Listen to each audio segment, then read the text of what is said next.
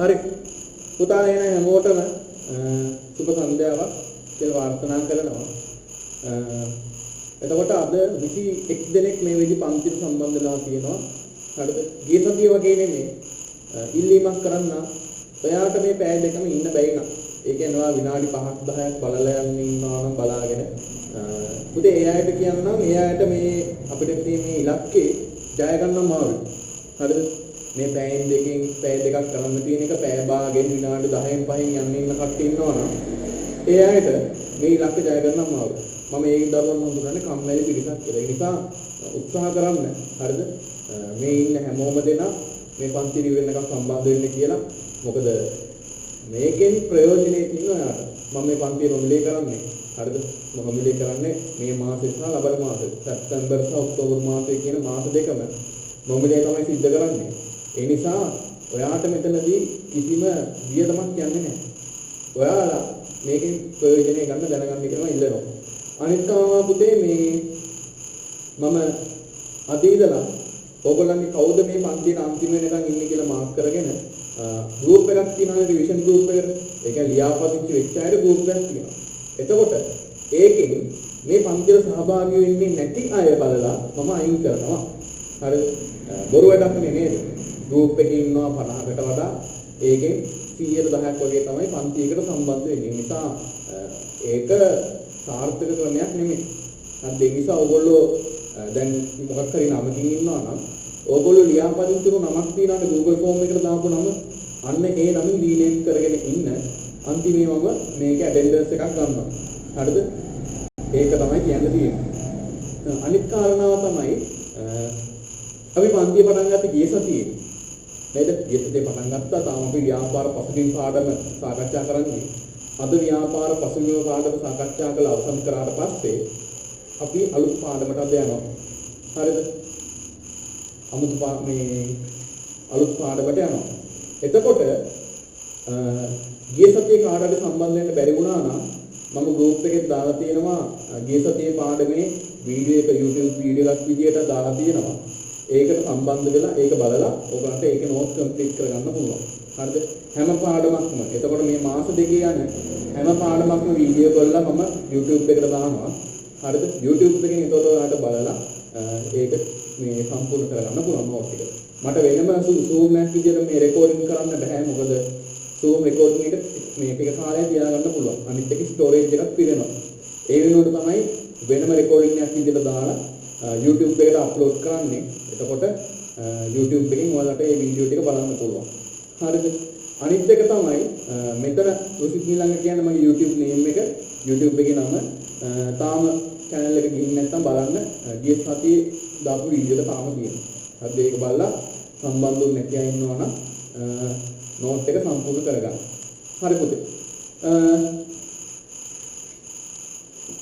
හරි. අපි ගිය සතියේ සාකච්ඡා කරා නේද ගොඩක් දේවල්. ඉස්සල්ලාම අවශ්‍යතාව ගැන කතා කරා. ඊට පස්සේ වොමනා ගැන කතා කරා. නේද? ව්‍යාපාරයක් කියන්නේ මොකක්ද? භාණ්ඩ හා සේවා කියන්නේ මොකක්ද? භාණ්ඩ නිෂ්පාදන ව්‍යාපාරයක් කියන්නේ මොකක්ද? සේවා සැපීම ව්‍යාපාරයක් කියන්නේ මොකක්ද කියලා අපි සාකච්ඡා කරා. අන්තිමට අපි තව දෙයක් ඉගෙන ගත්තා නේද? නිෂ්පාදනය කියන්නේ මොකක්ද කියලා කතා කරා. නිෂ්පාදනයේ කොටස් දෙකකට බෙදනවා කියලා කිව්වා. ඍජු නිෂ්පාදනය සහ වක්‍ර නිෂ්පාදනය කියලා නිෂ්පාදනයේ කොටස් දෙකකට බෙදනවා කියලා අපි ගියේ සාකච්ඡා කරා. හරි. එතකොට අද අපි අලුත්ම දෙයක් ඉගෙන ගන්න යනවා. මේ අද ඉගෙන ගන්න යන දේ ඕගොල්ලෝ උසස් පෙළට කොමස් තෝර ගන්නවා නම් අන්න එතනදි වැදගත් වෙන දෙයක් තමයි අද අපි ඉගෙන ගන්න යන්නේ. හරිද? තාම උසස් පෙළ කරන්න කලින් සාමාන්‍ය පෙළ කරලා ඉමුනේ. හරි. අද අපි ලියා ගන්න. අද අපේ පාඩම තමයි නිෂ්පාදන සාධක. පාඩමේ නම දාගන්න නිෂ්පාදන සාධක.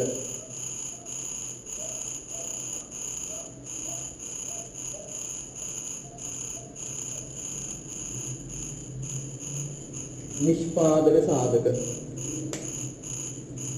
පාඩමේ නම දාගන්න නිෂ්පාදන සාධක.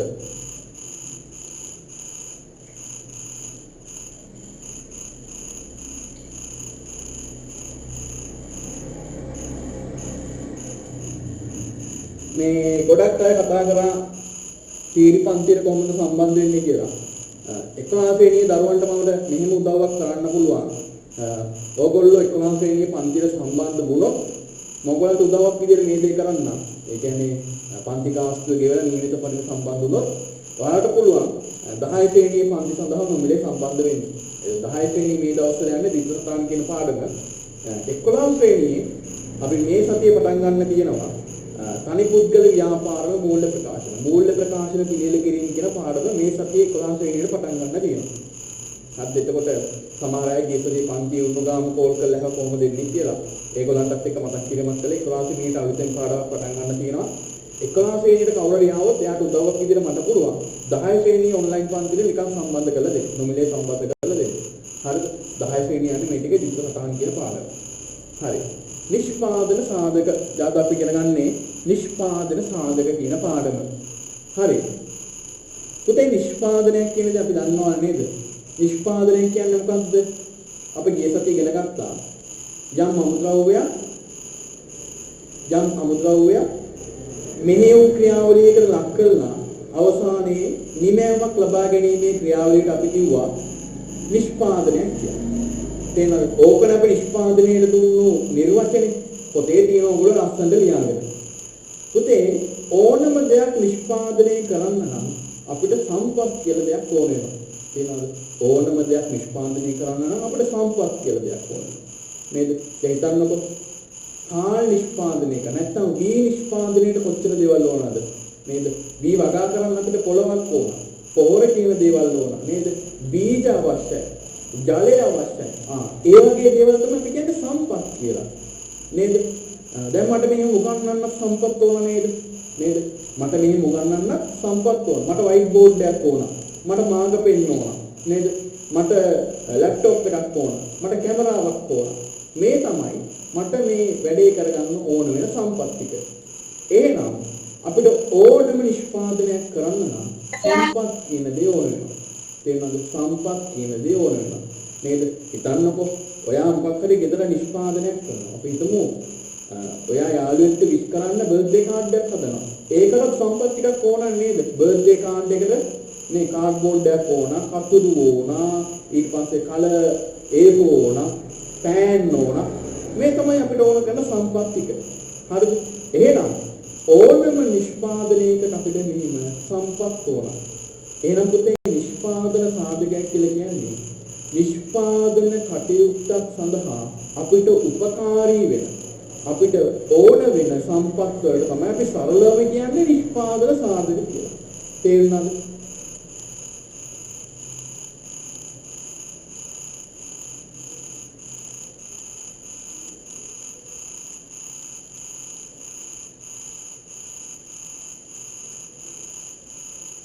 ෆීස් ගෙවන විදිය ඕගොල්ලන්ට දැනගන්න ඕනේ නම් ඒ කියන්නේ කීටි පන්තිවල ෆීස් ගෙවන විදිය දැනගන්න ඕනේ නම් මට මේ පන්ති වල මතක් පණිවිඩයක් දාන්න පුළුවන් මෙන්න මේ නම්බර් එකට. හරිද? ඒ පිළිබඳව ඔක්කොම එතනදී දැනගන්න පුළුවන්. හරිද?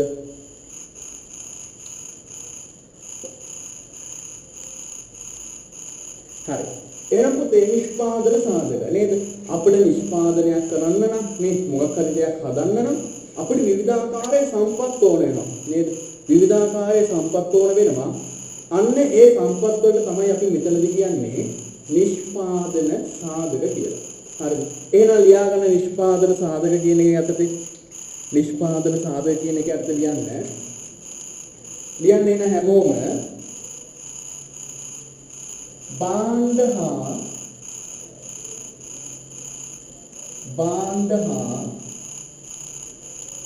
සේවා භාණ්ඩ හා සේවා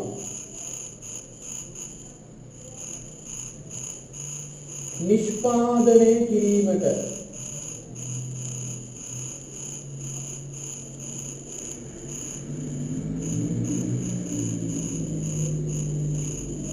භාණ්ඩ හා සේවා නිෂ්පාදනය කිරීමට අවශ්‍ය විවිධ වූ සම්පත් නිෂ්පාදන සාධක ලෙස හැඳින්වේ. නිෂ්පාදන සාධක ලෙස හැඳින්වේ. භාණ්ඩ හා සේවා නිෂ්පාදනය කිරීමට අවශ්‍ය විවිධ වූ සම්පත් නිෂ්පාදන සාධක ලෙස හැඳින්වේ. නිෂ්පාදන සාධක ලෙස හැඳින්වේ.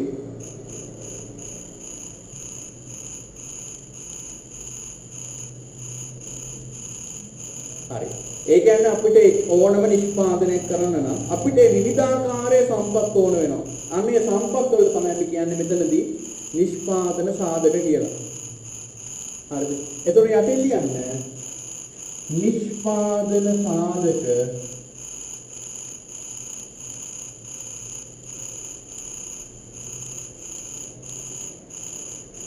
කොටස් හතරකි.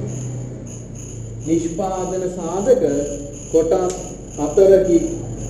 ඔයගොල්ලෝ දැන්ටම දන්නව නේද? හතර කටපාඩම් තියාගන්න ඕන වෙනවා. හරිද? පළවෙනි එක භූමිය. භූමියට අපි ඉංග්‍රීසියෙන් කියනවා land කියලා. භූමිය.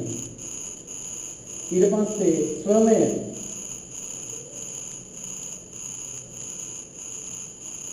තුන ප්‍රාග්ධනය.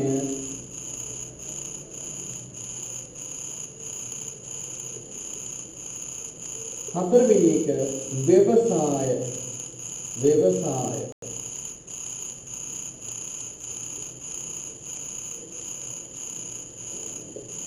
ව්‍යවසාය. ව්‍යවසායට ඉංග්‍රීසියෙන් කියන එන්ටර්ප්‍රයිස්. හරිද? භූමිය, ශ්‍රමය, ප්‍රාග්ධනය, ව්‍යවසාය. දැන් පුතේ මෙතන ප්‍රාග්ධනය කියලා කතා වෙන්නේ අපි මේ accounting වල ගිණුම්කරණයේදී ඉගෙන ගන්න ප්‍රාග්ධනය නෙමෙයි. වෙනස්ම දෙයක්. ඒ නිසා ගිණුම්කරණය ඉගෙන ගන්න ප්‍රාග්ධනයයි මෙතන ප්‍රාග්ධනය පටලවා ගන්න එපා. හරිද? ගොඩක් ළමයි මේ දන්නේ මොකක්ද මේ ව්‍යවසාය කියන්නේ කියලා. භූමියයි ශ්‍රමයයි ඕකේ කියමුකෝ. නේද? ඒක හරියට ඔයගොල්ලෝ දාගෙන තියෙනවා. හැබැයි ව්‍යවසාය කියන්නේ මොකක්ද කියලා මම ඕගොල්ලන්ගෙන් අහුවොත් නේද? පොත බලන්න නැතුව හරියට කවුරු හරි කිව්වොත් 100ට 30ක් වගේ තමයි හරි උත්තරේ දෙන්නේ. පොතක් බලන්න නැතුව අවංකයෙන්ම දන්නවා. හරිද? එහෙම පොත බලාගෙන උත්තරේ කිව්වොත් එයා හරියට දන්නේ නැහැ මොකක්ද මේ ව්‍යවසාය කියලා කියන්නේ කියලා. හරි. අද ඉගෙන ගමු මොකක්ද මේ ව්‍යවසාය කියලා කියන්නේ. ව්‍යවසාය. හරි. එහෙනම් භාණ්ඩ හා සේවා නිෂ්පාදනය කිරීමට අවශ්‍ය විවිධ සම්පත් නිෂ්පාදන සාධක ලෙස අපි හඳුන්වනවා. නිෂ්පාදන සාධක කොටස් හතරයි. භූමිය, ශ්‍රමය, ප්‍රාග්ධනය සහ ව්‍යවසාය.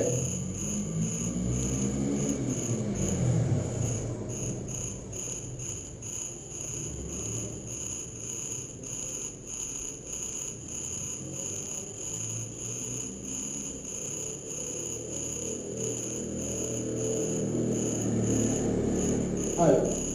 මොනවා හරි ප්‍රශ්න අහන්න ගැටලු තියෙනවා නම් ඕනෙලාට මෙතනින් chat box එකෙන් දාන්න. direct message එකක් විදිහට මට එන්නේ. ඒක වෙන අයට පෙන්නන්නේ නැහැ.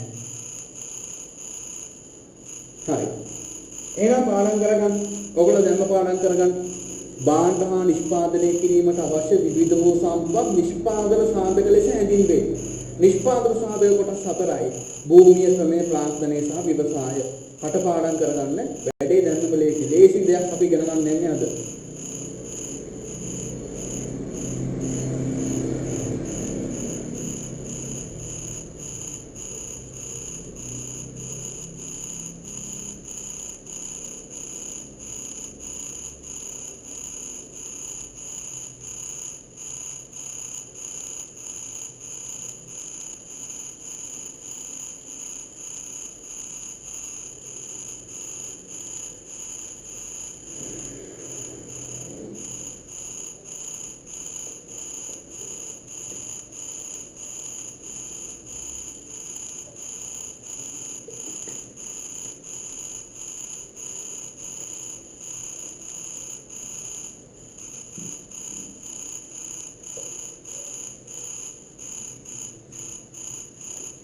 හරි. හරි නේද? නිෂ්පාදන සාධක කියන එක හරි.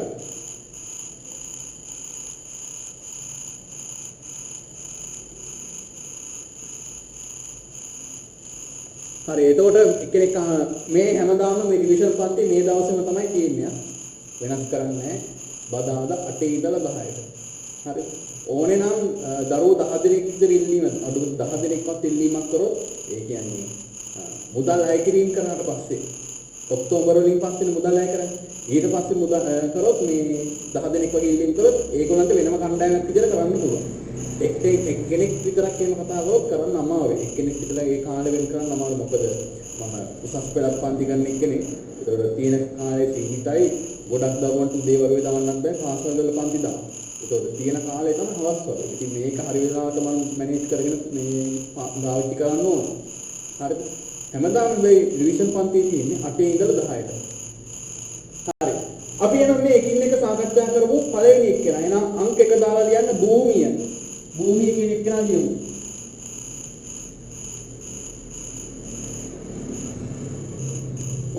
භූමිය.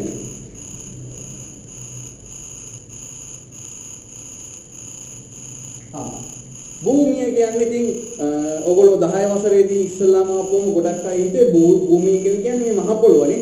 අපි පාගන පොළොව කියලා. හැබැයි ඊට පස්සේ ඉස්කෝලේ ගන්න කොමර්ස් මිස් හරි ටියුෂන් එකේ කරපු සර් කිව්වා නෑ පොළොවේ පාගන මේ ඔයගොල්ලෝ පාගන මේ මහ පොළොව නෙමෙයි භූමිය කියන්නේ. මොකක්ද භූමිය කියලා කියන්නේ? ස්වභාව ධර්මයෙන් අපිට ලැබිලා තියෙන සීලම සම්පත් වලට. ඒ කියන්නේ ස්වභාවික සම්පත් සියල්ලමයි තියෙන්නේ භූමියට නේද? ස්වභාවික දේවල් සියල්ල ස්වභාවික දේවල් නම් ස්වභාවික දේවල් නේද? අහස කියන දේ භූමියටයි. දැන් භූමිය කියන්නේ අපි ඉස්සර හිතේ කොමර්ස් වලදී නැතුව වෙන දේවල් වල භූමිය කියන්නේ මහ පොළොව විතර. හැබැයි අහස කියන එක කරත් භූමියටයි. තේරුණාද? මොහොතත් භූමියටයි නේද? මේ ඉන්න සතා සිව්පාව භූමියටයි. එහෙනම් භූමිය කියලා කියන්නේ මොකක්ද? ස්වභාව ධර්මයෙන් ලැබී ඇති සියලුම සම්පත් වල. එහෙනම් ලියන්න භූමිය කියන එකට ලියන්න. ස්වභාව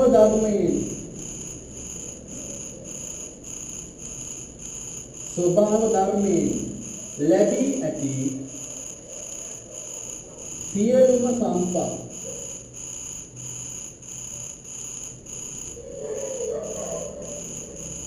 ස්වභාව ධර්මයෙන් ලැබී ඇති සියලුම සම්පත් භූමිය වේ. ස්වභාව ධර්මයෙන් ලැබී ඇති සියලුම සම්පත් අපි කියනවා භූමිය. ස්වභාව ධර්මයෙන් ලැබිච්ච සියලුම දේ මහ පොළොව විතරක් නෙමෙයි. තේරෙනවද?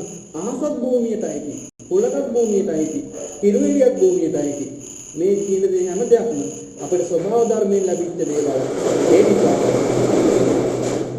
ඒ නිසා අපි කියනවා මේ භූමිය කියන්නේ ස්වභාව ධර්මයෙන් ලැබිච්ච දෙයක්. උදාහරණ ලියන්න.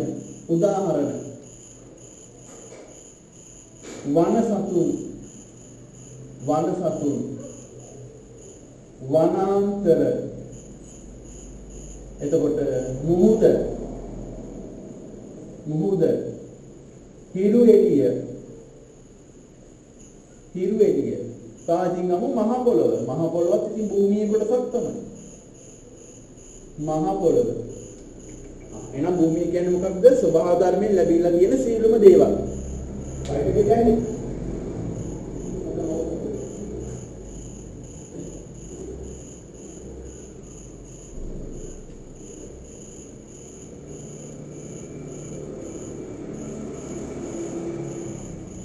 හරි. දැන් තාම ඕනම විෂයයකට තියෙනවානේ කෙටි ක්‍රම නේද? ඒ කියන්නේ විෂය කණ්ඩු මේ පාඩම් කරගන්න කෙටි ක්‍රම. ඉතින් කෙටි ක්‍රම කියන්නේ මෙහිමයි. එහෙන් පිටින්ම කෙටි ක්‍රම මේ ව්‍යාපාර අධ්‍යයනය සහ ගිණුම් කරන විෂයේදී නැහැ. හරිද? හැබැයි මම මේ ගණන් කරගෙන යද්දි දරුවන්ට කියලා දෙන්න මෙන්න මෙයාව බය නැතුව මෙහෙම දාන්න. මෙයාව බය නැතුව මෙහෙම දාන්න කියලා යම් අවස්ථාවල කියනවා. හරිද? ඒව ඒතකොට මේ විෂය වලට යද්දි බලමු.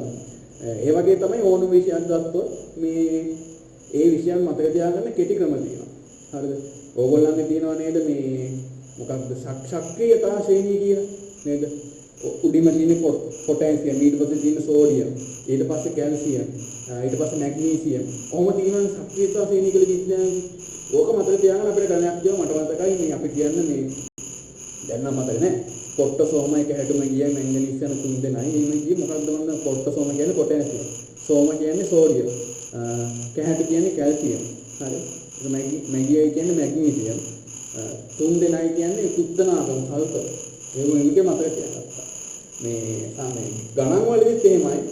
ගණන් වල මතක තියාගන්න විද්‍යාවක් තිබ්බා මේ විශේෂයෙන් අපි අර ත්‍රිකෝණමිතිය පාඩමක් තියෙන ත්‍රිකෝණමිතිය sin cos tan කියලා දෙන්නද? අර sin cos tan මතක තියාගන්න ඉතින්. හරිද? හරිද මේ sin කොහොමද වෙන්නේ? sin කියන එක නම කොහොමද sin නේද නා? හරිද? sin කියන එක එක්කම යන්නේ සම්මුඛ පාදයේ විදීම කාරණය. හරිද? sin කියන එක නා සම්මුඛ පාදයේ 10 අතර දරුවෝ තාම දන්නේ නැති ඒක 11 වසරයි ඉන්නවනේ අහගන්න. sin හොයන්නේ සම්මුඛ පාදයේ විදීම කාරණය. හරිද? ඊට පස්සේ cos බද්ධ පාදයේ විදීම කාරණය. cos කියන එක කරනවා යන්නේ බද්ධ පාදයේ විදීම කාරණය. හරිද? ඊට පස්සේ tan කියලා කෙනෙක් ඉන්නවා නේද? tan කොහොමද වෙන්නේ? සම්මුඛ පාද විදීම බද්ධ පාදය. කොහොමද නේද? sin cos tan කියලා වෙනවා. ඉතින් මේක අමාරුයි. සම්මුඛ පාදයේ සමාන මේ sin සමාන සම්මුඛ පාදයේ විදීම කරන්නේ කියේ ඒක අපිට පාඩම් කරන්න අමාරුයි. හරිද? අපි ඉතින් මේ එකක් හදාගත්තා. කොහොමද දන්නවද? මේව මුල් ලකුරු තියෙනවනේ. සයිමන්ගේ සරණ කලුයි, කොස්තාගේ බඩ කලුයි, පැන්කියට සයිමන් බස. කොහොමද? සයිමන්ගේ සරණ කලුයි, කොස්තාගේ බඩ කලුයි, පැන්කියට සයිමන් බස. කොහොමයි මේ මතක තියාගත්තේ එහෙම. සයිමන්ගේ සරණ කලුයි, කොස්තාගේ බඩ කලුයි, පැන්කියට සයිමන් බස. සයින් කොස්ටෑන් කියන එක මතක තියාගත්තේ එහෙම මේ කාලේ. හරිද? මේක ඕන ලියාගෙන තියාගන්න මතක තියාගන්න මේ ඔය ගණන් හදද්දී මාර විදිහට ඕන වෙනවා. හරිද? අපේ ත්‍රිකෝණමිතිය පාඩමේ. හරිද? සයිමන්ගේ සරණ කලුයි, කොස්තාගේ බඩ කලුයි, ටැංකියට සයිමන් බසි. හරි. ලේසි. හරි. භූමිය එහෙම ඉගෙන ගත්තා. හරි. ඊට පස්සේ දෙවෙනි එක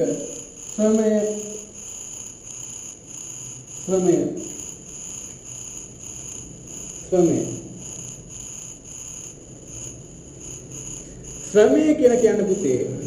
ශ්‍රමය කියලා කියන්නේ භාණ්ඩයක් හරි සේවාවක් හරි ඉපදවන්න පුද්ගලයෙක් දරන කායික හෝ මානසික ශක්තිය අපි කියනවා ශ්‍රමය. භාණ්ඩයක් හදන්න හරි සේවාවක් සපයන්න හරි පුද්ගලයෙක් විසින් දරන කායික හා මානසික ශක්තිය.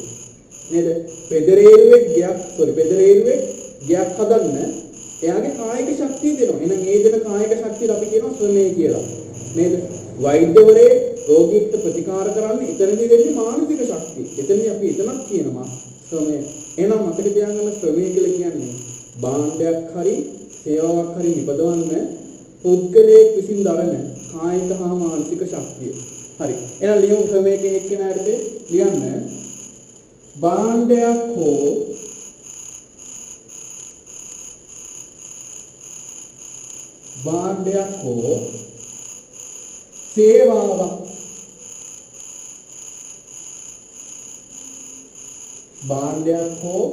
සේවාවක්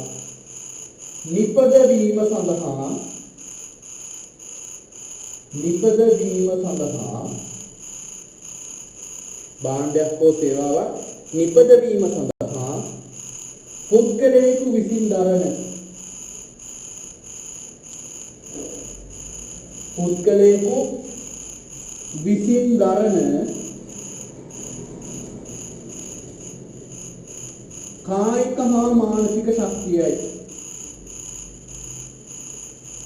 කායික හා මානසික ශක්තියයි. යම් භාණ්ඩයක් හෝ සේවාවක් නිපදවීම සඳහා පුද්ගලයෙකු විසින් දරන කායික හා මානසික ශක්තියයි.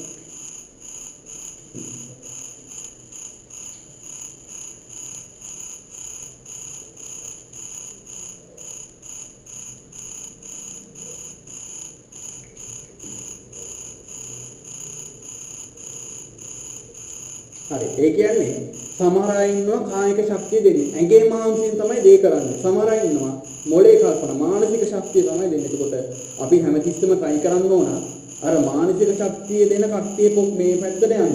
try කරන්න ඕනේ නේද? හැමෝටම වෛද්‍යවරු ඉන්න බෑ. හැමෝටම ඉංජිනේරුවෝ ඉන්න බෑ. එහෙම වුණොත් හැමෝම වෛද්‍යවරයෙක් වුණොත් හැමෝම ඉංජිනේරුවෝ වුණොත් අඩු මේ අපිට මේ පොල් කඩා ගන්න මිනිස්සෙක් නැති වෙනවා. නේද? මේ මස් ටිකක් ගන්න මිනිස්සෙක් නැති වෙනවා. ඒ නිසා මම නම් කියන්නේ හැමෝටම ඒ වගේ තලයකට යන්න බෑ. හැබැයි උත්සාහ කරන්න අර මානසික ශක්තිය දෙන ගොඩට යන්න. ඇයි මම එහෙම කියන්නේ? මානසික ශක්තිය දෙන ගොඩට යන්න කියන්නේ හේතුවක් ඇතුව නේද? හැමදාම අපේ ඇඟේ ශක්තිය නැහැ. අපි වයසට යනවා. ඔයාලත් වයසට යනවා. ඔයාලට කලින් මම වයසට මම නාටි වෙනවා. හරි. හැමදාම එතකොට ඇඟේ ශක්තිය දාන්න බෑනේ. නේද? ඇඟේ ශක්තිය හැමදාම දාන්න බෑ. එතකොට මොකද්ද ඔයාලට වෙන්නේ? අර මානසික ශක්තිය කියන කෙනාට දිග කාලයක් යාගේ රස්සාව කරගන්න පුළුවන්. හැබැයි ඇඟේ ශක්තිය කියන කෙනාට බෑ. හැමදාම අවුරුදු 60 65 වෙනකම් මේසන් වැඩ කරන්න පුළුවන්ද? බෑ. ඒකනේ අපි අම්මා තාත්තලා මහන්සියෙන් ජොබ් එකක් කරද්දී ඕගොල්ලන්ට කියන්නේ අර වගේ වෙන්න ඉගෙන ගන්න කියලා. ඇයි අර වගේ කට්ටක් කරනවට කැමති නෑ. ඕගොල්ලෝ ඒ වගේ දුක් විඳිනවට ඒගොල්ලෝ කැමති නෑ. තාත්තලා අම්මලා දුක් විඳලා ඕගොල්ලන්ට උගන්වන්නේ ඒකයි. ඒ කියන තැනින් ඕගොල්ලෝ ඉස්සරහට අඩියක් හරි දාන්න. හරිද? ඒ නිසා උත්සාහ කරන්න අර මානසික ශක්තිය වේසන පැත්තට යන්න. ඒකනේ දැන් අද කාලේ කායික ශක්තිය වේසන පාඩම් කරොත් ඔයාලට මානසික ශක්තිය වේසන රස්සාවක් කරන්න පුළුවන්. තේරෙනවද? අද කාලේ මොකද කායික ශක්තියක් දරන්නේ? ඒ කියන්නේ කායික ශක්තියක් කියන්නේ මොනවද? උදේ පාන්දර නැගිටින්න නැහැ පාඩම් කරන්න. හරිද? පැය දෙකක් මෙහෙම පන්තියක දීගෙන ඉන්න බෑ නේද? අර එළිකන මෙහෙ ඉන්නවා කියලා නැගිටලා යනවා. කායික ශක්තියක් දරන්න බෑ ඒගොල්ලන්ට. ඒකෝ මොකක්ද වෙන්නේ? අනිවාර්යයෙන්ම ඕගොල්ලෝ රැකියාවක් කරද්දී දරන්න වෙන්නේ ඇඟ වේදන රස්සාවක්ම තමයි. කරන්න වෙන්නේ ඇඟ වේදන රස්සාවක්ම තමයි. හැබැයි අද කාලේ ඔයාගේ ඇඟේ වේදන හිතන්න නැතුව මහසු වුණොත් ඔයාට අනිවාර්යෙන්ම අර කියන්නා වූ මානසික ශක්තිය වේදන ගොඩට යන්න පුළුවන්. හරිද? ડોක්ටර්ස්ලා මේ අමාරුවෙන් වැඩ කරනවාද? නෑ. ඉංජිනේරු එහෙම වැඩ කරනවාද? මැනේජර්ස්ලා එහෙම මේ ඇඟේ ශක්තිය වේදන වැඩ කරනවාද? නැහැ. නේද? අපි කියනවාගේ ආතල් එකේ AC එකක් යට කරලා වැඩ කරන්නේ නේද? කම්පියුටරයක් ඉස්සරහ කරලා ඔක්කොම තීරණ ගන්නෑ. උත්සාහ කරන්නේ ඒගොල්ලට යන්න. හරිද? හරි. ශ්‍රමය කියන එක ඉගෙන ගත්තා. හරි. එතකොට ශ්‍රමය කොටස් දෙකයි. හරිද? ශ්‍රමයේ කොටස් දෙකයි. හරි. එකක් තමයි කායික ශ්‍රමය. කායික ශ්‍රමය. කායික ශ්‍රමයට අයිති වෙන්නේ කවුද? කායික ශ්‍රමය කියන එකට අයිති වෙන්නේ කවුද? කායික ශ්‍රමය. ලියන්න. පෙදරේරුවන්.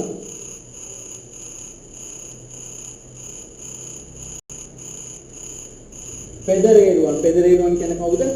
මේසන් වැඩ කරන්නේ යා. ඊට පස්සේ වඩු කාර්මිකයන්.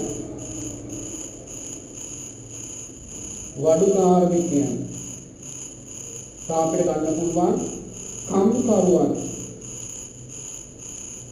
කම්කරුව කියන ගොඩක් ගැනීමේ මේ කය වේසනායට. හරිද? කය වේසනායට.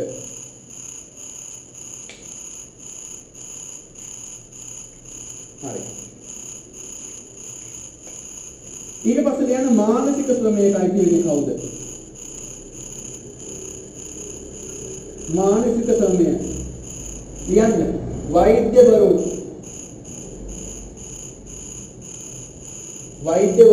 තව ඉංජිනේරුවන්.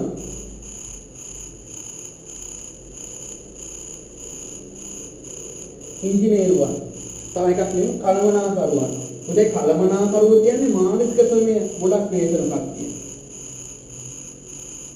නේද?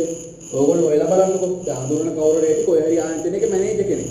මැනේජර්ගෙන් අහන්නකො මැනේජර්වා මොනවද මේ වැඩ විදිහට කරන්නේ? එයා කියයිද මේ අද ඉතින් ලොරියකට වඩු ටිකක් පැටේුවා 20 එක මට අතු ගන්න වුණා. ඒ වගේ දේවල් කියන්නේ නැහැ. නේද? මෙන්න එයා ගොඩක් ඔය බලන්නේ මානසික ශ්‍රමයේ වේදන පැත්ත. තේරෙනවද? අර කායික ශ්‍රමය කියලා කියන්නේ ඇඟ වේස. අපිට ඇඟේ වාසියක් දැනෙන ජොබ් වලට. හරිද?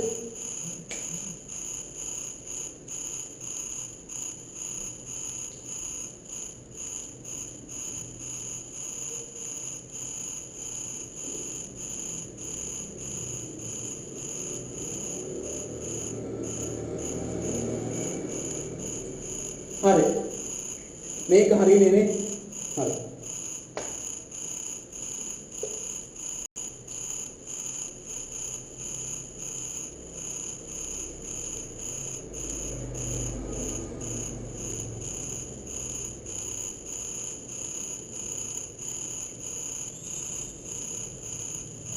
හරි. භූමිය හරි, ශ්‍රමය හරි. අපි ධර්ම දෙන්න හරිනේ. මේ දෙන්නව දන්නවා එහෙනම් ප්‍රශ්නයක් නැහැ. යමු එහෙනම් තුන්වෙනි එක්කෙනා අංක 3 දාලා ලියන්න ප්‍රාර්ථනය. අංක 3 දාලා ලියන්න ප්‍රාර්ථනය.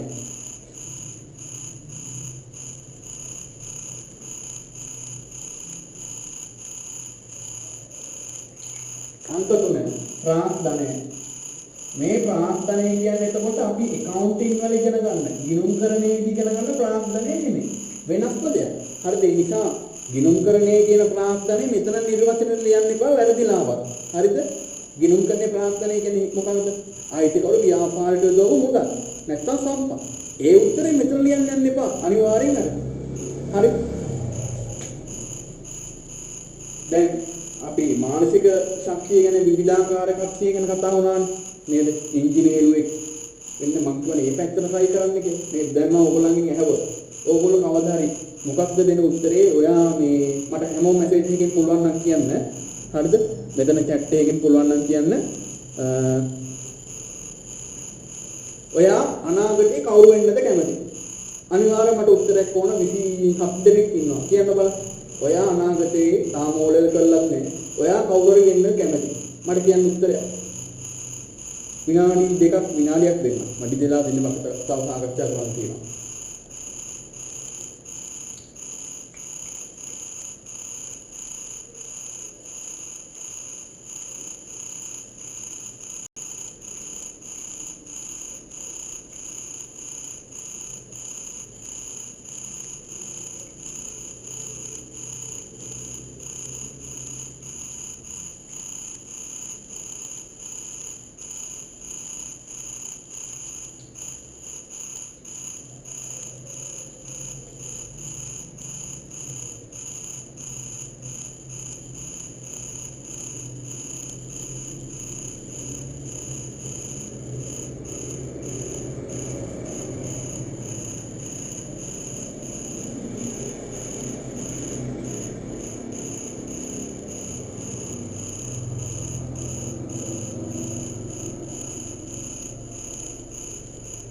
හරි වෙනස්ම උත්තර ටිකක් ලැබුණා.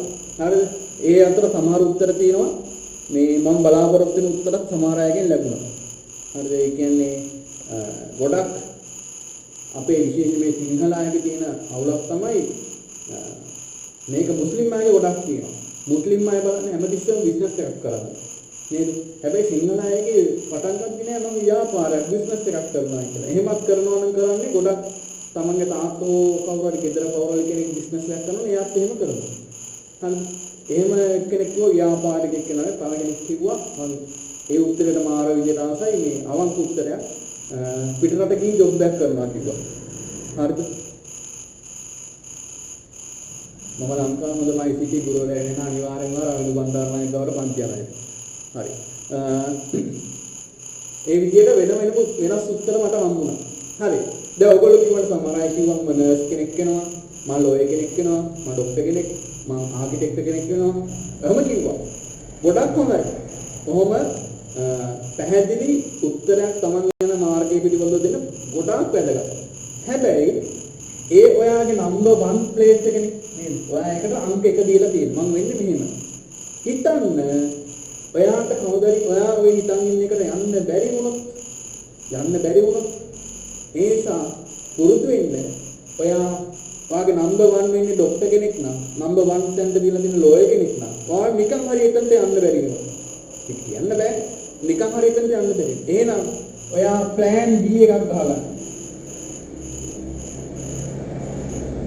plan B අර ડોක්ටර් නර්ස් අර ටික වාගේ plan A B plan එකක් ගහගන්න. අරකට බැරි වුණොත් මේකට අනිවාර්යෙන් හොඳ සැලැස්මක තියෙන ලක්ෂණයක් ඒක.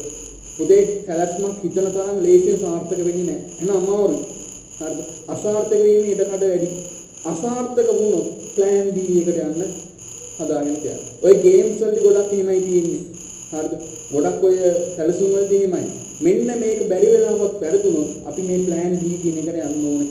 හරිද? ඒ නිසා ඔයා ડોක්ටර් කෙනෙක් වෙනවා නම් අඩුම තරමේ ඒක ඔයාලට අචීව් කරගන්න බැරි වුණොත් ඒකට ඔයාලට ලං වෙන්න බැරි වුණොත් ඔයා එහෙනම් වෙන්නේ කවුද කියලා ඒතන බැරිවත් වෙන්නේ කවුද කියලා හදාගන්න try එකක් තියෙනවා. තේරුණාද? අනිවාර්යෙන් ඒක සාර්ථක වෙනවා. හරිද? ඕකත් සාර්ථක වෙයි. ඕගොල්ලෝ මහන්සිලා වැඩ කරොත්. එතනට යන්න වෙනුත් ඔයා අඳුම තරමේ මේ plan B එකෙන් හරි ගොඩ යන්න. අන්න ඒක හදාගන්න. අපේ ගොඩක් දරුවන්ට ඔක කියලා දෙන්නේ නැහැ ඉස්කෝලේ දිනත් කොහෙන්වත්. plan A එකක් වගේම plan B එකක් තියාගන්න. හරිද? හරි. ප්‍රාග්ධනය. ප්‍රාග්ධනය කියලා කියන්නේ අපි නිෂ්පාදන වැඩ කරනවානේ. විවිධාකාර නිෂ්පාදන කරනවානේ. මේ නිෂ්පාදනය කරද්දී අර මිනිස්සු හදපු අයිටම් ටිකක් තියෙනවානේ. අයිටම් ටික අපි කියන අර උපකරණ ටික. අන්න ඒ වලට තමයි අපි කියන්නේ ප්‍රාග්ධනය කියලා. නිෂ්පාදන කටයුත්තක් කරගෙන යද්දී ඒ නිෂ්පාදන කටයුත්තට අර අපි උපයෝගී කරගන්න අර මිනිසා විසින් හදපු දේවල් වලට තමයි අපි කියන්නේ ප්‍රාග්ධනය. නේද? දැන් ඔයා යාළුවෙක්ට බර්ත්ඩේ කාඩ් එකක් හදනවා. බර්ත්ඩේ කාඩ් එක කපන්න ඔයාලට කතුරක් ඕන. කතුර කවුද හදුවේ? මිනිස්සේ. මිනිසා හදාගත්ත දේ නම් කතුර කියන එක නා ප්‍රාග්ධනයටයි. නේද? වී වගා කරන්න අපිට උදැල්ලක් ඕන වෙනවා. උදැල්ල ගහෙන් ආපු දෙයක් නැහැ. මිනිස්සයා විසින් හදපු දෙයක්. එහෙනම් මේ උදැල්ල කියන දේ ප්‍රාග්ධනයටයි. තේරුණාද? පාන් හදන්න පොරොන්වක් ඕන. පොරොන්ව කවුද හැදුවේ? මිනිස්සයා. එහෙනම් පොරොන්ව කියන දේ ප්‍රාග්ධනයටයි. එහෙනම් ප්‍රාග්ධනය කියලා කියන්නේ මොකක්ද? නිෂ්පාදනයක් කරන්න ඒකට උදව් කරගන්න අර මිනිසා විසින් හදාගත්තු දේවල් වලට තමයි අපි කියන්නේ ප්‍රාග්ධනය කියලා. තේරුණාද? ලේසි දෙයක්. එහෙනම් දැන් ඉඳන් ඕගොල්ලෝ දන්නවා මොකක්ද ප්‍රාග්ධනය කියන්නේ කියලා. තේරුණාද? හරි. එහෙනම් ප්‍රාග්ධනය කියන එක නයි අපිට ලියන්න. ප්‍රාග්ධනය කියන එක නේදී නිෂ්පාදනයක් සිදු කිරීමේදී ලියන්න. නිෂ්පාදනයක් සිදු කිරීමේදී නිෂ්පාදනයක් සිදු කිරීමේදී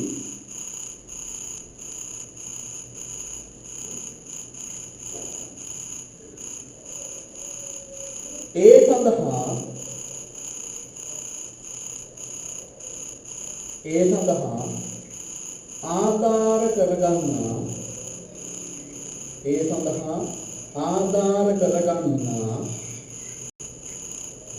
නිෂ්පාදනයක් සිදු කිරීමේදී ඒ සඳහා ආධාර කරගන්නා මිනිසා විසින්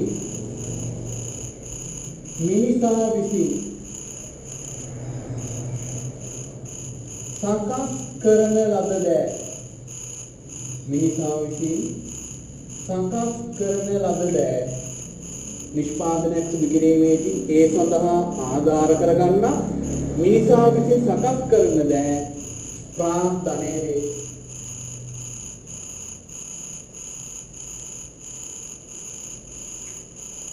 නිෂ්පාදනයක් සිදු කිරීමේදී ඒ සඳහා ආධාර කරගන්නා මිනිසා විසින් සකස් කරන ලද දෑ ප්‍රාග්ධනය වේ. හරිද? එතකොට මේ ප්‍රාග්ධනයට ගැනෙන්නේ අර මිනිසා විසින් හදපු දේවල්. යන්ත්‍ර සූත්‍ර, යාන වාහන, අර මිනිස්යා නිෂ්පාදනය කරපු දේවල් තියෙන්නේ. අන්න ඒවා ගැනෙන්නේ.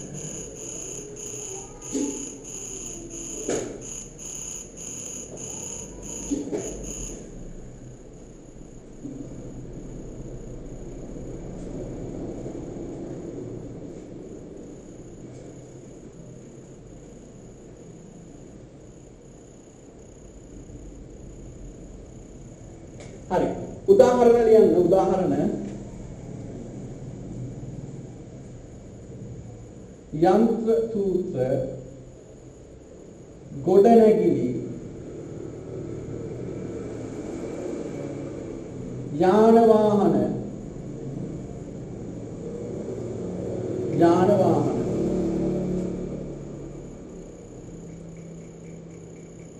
තව මුදල් කියන එක නවත් ගන්න. මුදල් කියන්නේ කවුරු හදාගත්තු දෙයක්ද? මිනිස්සයා විසින් හදාගත්ත දෙයක්. මුදල් කියන එක නත් අයිති වෙනවා.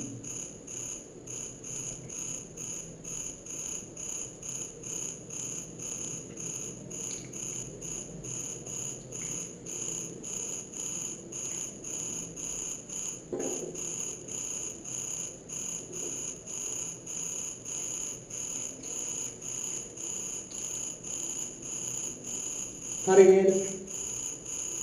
ප්‍රාග්ධනය හරි. එහෙනම් මතක තියාගන්න මේ ප්‍රාග්ධනය කියන එකේ අදකට ගැනීම. මෙතනදී කටපාඩම් කරන්න යන්න එපා. ඔය අදහස දාගන්න. පුතේ අදහසක් දාගත්තොත් ඔයාට මේක කොහොම හරි ලියන්න පුළුවන් කරකවල. හරිද? ප්‍රාග්ධනය කියලා කියන්නේ මොකක්ද? නිෂ්පාදනයේදී අපි භාවිතා කරන නැත්නම් නිෂ්පාදනයක් සිදු කරද්දී ඒ සඳහා අපි ආධාර කරගන්න අර මිනිස්යා විසින් මිනිසා විසින් හදපු දේවල් සකස් කරන දේ තමයි අපි කියන්නේ ප්‍රාර්ථනය නේද? අපිට ඕන නිෂ්පාදනයක් ගන්නකො නේද? සරුංගලයක් හදන්න නූල් ඕන වෙනවා. නූල් කියන දේ ගහකින් වැඩිම දෙයක්ද? නැහැ. නූල් කියන දේ හදන්නේ කවුද? මිනිසා. එහෙනම් නූල් කියන්නේ ප්‍රාර්ථනයට අයිති දෙයක්. නේද? දැන් මෙහෙම උගන්වන්නවට වයිට් බෝඩ් එකක් ඕන වෙනවා. මාක පෙන් එකක් ඕන වෙනවා. මේ ස්වභාව ධර්මයෙන් ලැබිච්ච දේවල්ද වයිට් බෝඩ් එකයි මාක පෙන් එකයි නැහැ. මිනිසා විසින් හදාගත්තු දේවල්. ඒ නිසා මේ වයිට් බෝඩ් එකයි මාක පෙන් එකයි අයිති වෙන්නේ ප්‍රාර්ථනය කියන කොටසට. හරිද? හරි. එහෙනම් ප්‍රාර්ථනය හරිනේ. අපි යමු හතරවෙනි එක්කෙනා ව්‍යවසාය.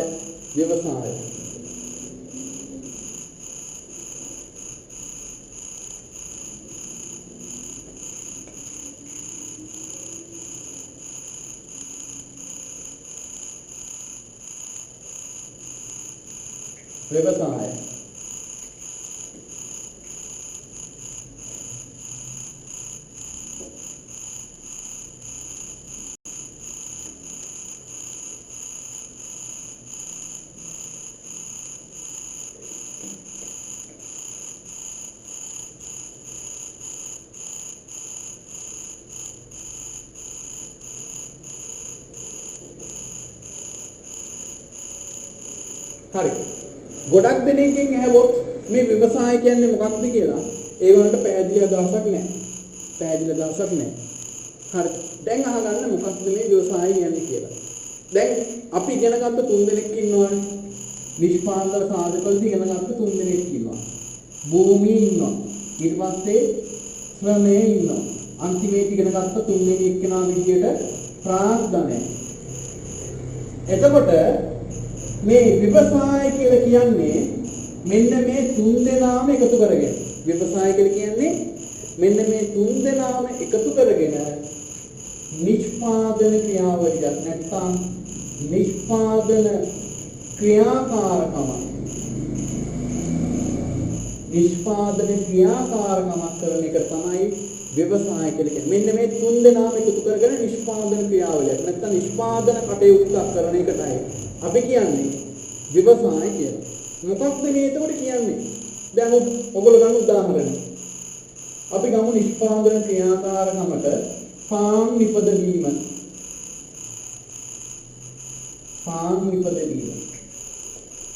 නිෂ්පාදන ක්‍රියාකාරකම මේක. දැන් මේ පාන් නිපදවනවා කියන්නේ ව්‍යවසාය කටයුත්තක්. ඇයි එහෙම වෙන්නේ? නැත්නම් පාන් නිපදවන්නේ මොනවද ඕනේ? පාන් නිපදවන්න අපිට භූමියේ කියන කොටස යටතේ ඕන වෙනවා ජලය. නේද? ජලය කියන දේ ඕන වෙනවා. නේද? තව මොනවාද? අපිට ජීවිත කියන දේ ඕන වෙනවා. ස්වභාව ධර්මයෙන් ලැබිච්ච දේ ජීවිත කියන්නේ මොනවාද? සුද්ධ දීවි. යා ස්වභාව ධර්මයෙන් ලැබිච්ච දෙයක් නේ. ඒගොල්ලෝ ඕන වෙනවා. ශ්‍රමයේ විදියට කවුද ඕන වෙන්නේ?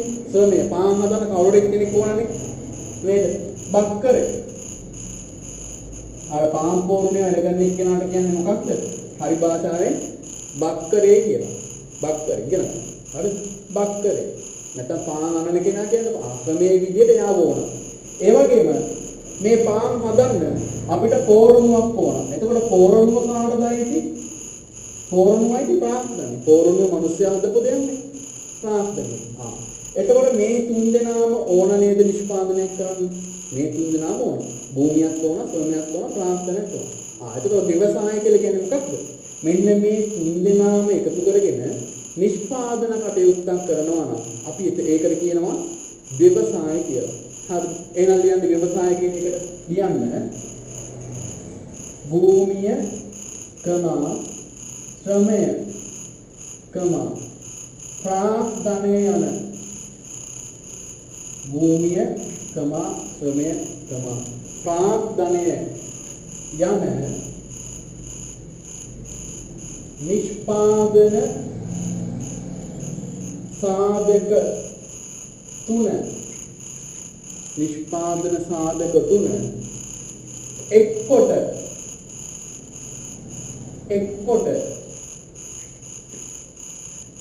යම් නිෂ්පාදන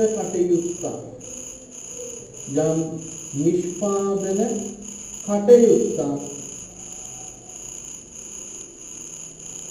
යම් නිෂ්පාදන කටයුත්තක් මෙහෙයවීම ව්‍යවසාය වේ.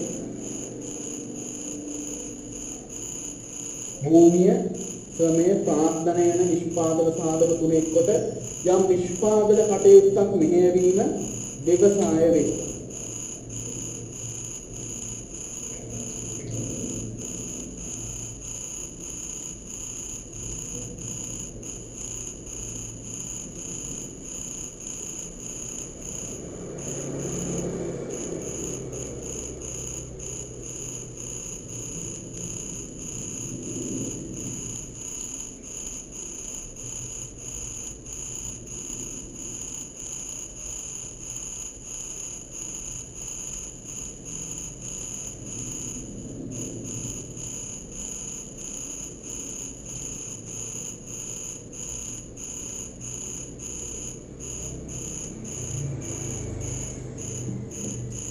හරිද? එහෙනම් හරිය ව්‍යවසාය කියලා කියන්නේ මොකක්ද? භූමියයි ශ්‍රමයයි ප්‍රාර්ථනය කියන නිෂ්පාදන තුන එකතු කරගෙන නිෂ්පාදන කටයුත්තක් මෙහෙයවීමට තමයි අපි කියන්නේ ව්‍යවසාය කියලා. අන්න ඔය විදිහට අපි නිෂ්පාදන සාධක කියන පාඩම සාකච්ඡා කරා. විනාඩි 5ක් දෙන්නම්. නිෂ්පාදන සාධක කියන පාඩම ඔළුවට දාගන්න. විනාඩි 5ක් දෙන්නම් නා. පාඩම් කරගන්න දැන්.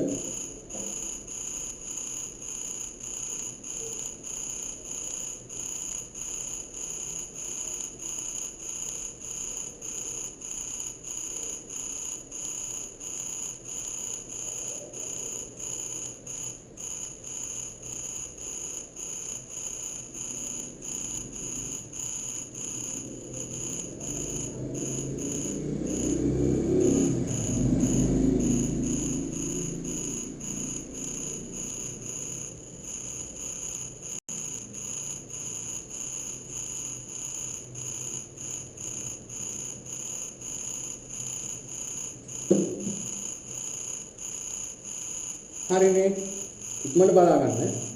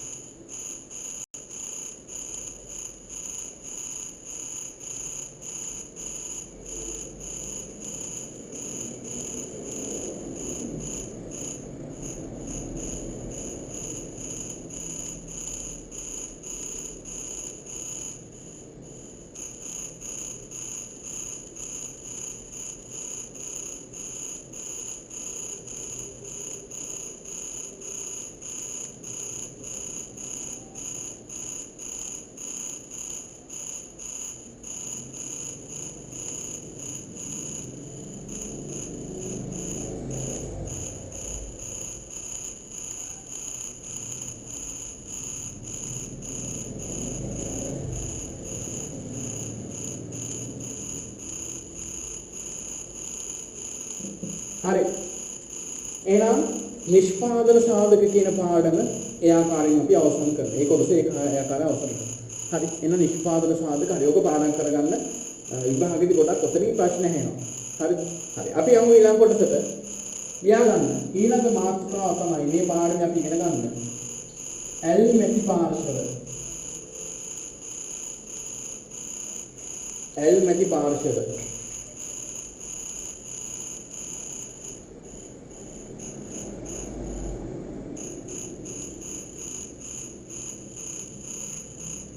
ඇල්මැටි පාර්ශව.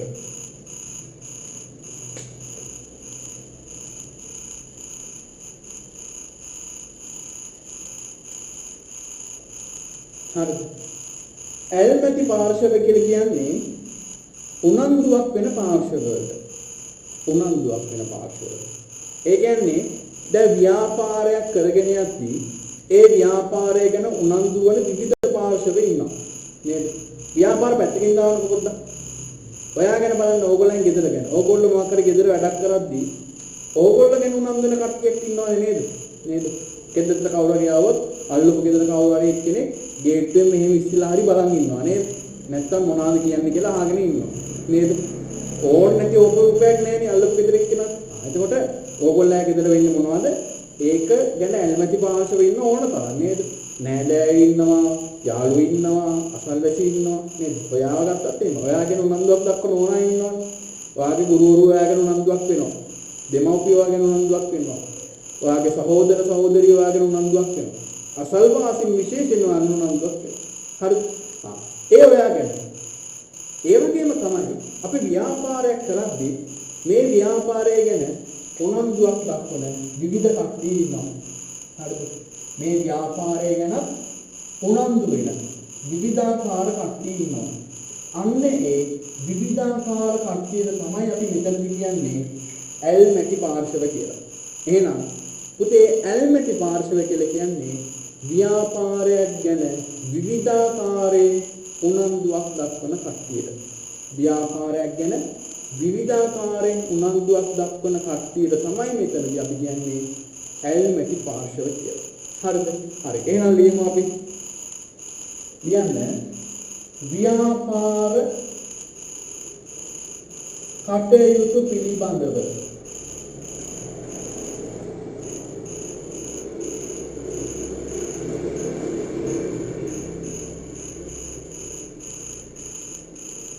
ව්‍යාපාර කටයුතු පිළිබඳව විවිධාකාරයෙන්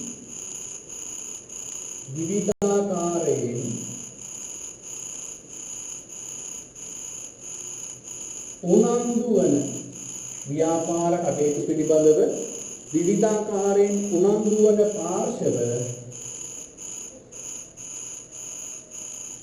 ඇල්මැටි පාර්ශව වේ. ඇල්මැටි පාර්ශව වේ. ව්‍යාපාර කටයුතු පිළිබඳව විවිධාකාරයෙන් උනන්දු වන පාර්ශව ඇල්මැටි පාර්ශව වේ.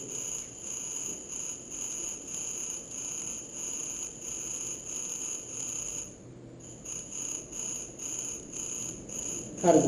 එකින් එක්කෙනා ලියා ගන්න. පළවෙනි එක්කෙනා ප්‍රධානම එක්කෙනා තමයි ව්‍යාපාරයෙන් උනන්දු වෙන්නේ ව්යාපාරයේ අයිතිකාරය. නේද? දැන් ඔයා වුණත් හිතන්න ඔයා බිස්නස් එකක් පටන් ගත්තා. ඔයා නේද ඔයා ඒ ගැන වැඩිම වද වෙන්නේ. අපි කියන්නේ වද වෙනවා නේද? අන්න ඒ වගේ ව්‍යාපාරයේ අයිතිකාරය තමයි ඒ ඉන්න ප්‍රධානම ඇල්මැටි පාර්ශවය. පළවෙනි එක්කෙනා ලියන්න අයිතිකරුවන්.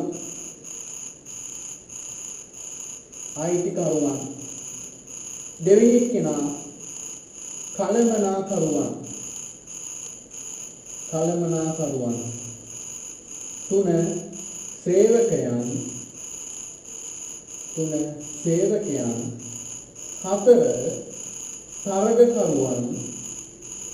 හතර තරගකරුවන්.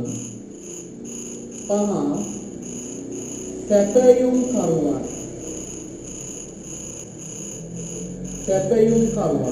හය රජය.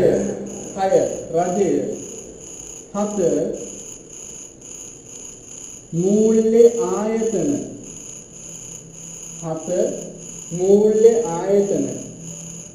අපිට අට ගන්න පුළුවන් ප්‍රජාව දැන් මෙතනදී ප්‍රජාව කියලා කියන්නේ මිනිස්සුන්ට. අපි එකින් එක අරගෙන බලමු. ප්‍රජාව කියලා කියන්නේ මිනිස්සුන්ට. තව අපිට ගන්න පුළුවන් නමය ගනුදෙනු කරුවන්.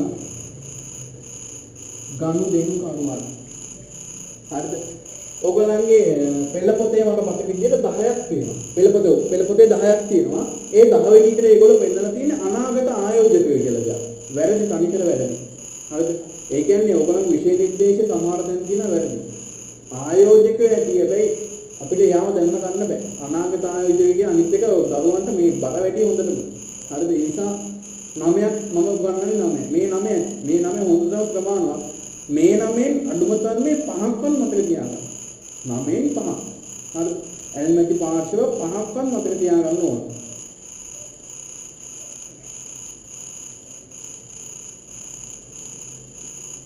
අයිතිකරුවන් කළමනාකරන සේවකයන් තරගකරුවන් සැපයුම්කරුවන් රජයේ මූල්‍ය ආයතන ප්‍රජාව ගනුදෙනු කරුවන් පිළිවෙලක් ඕනේ නැහැ. හැබැයි ඉස්සෙල්ලාම මුල් තැන දෙන්න අයිතිකාරයට.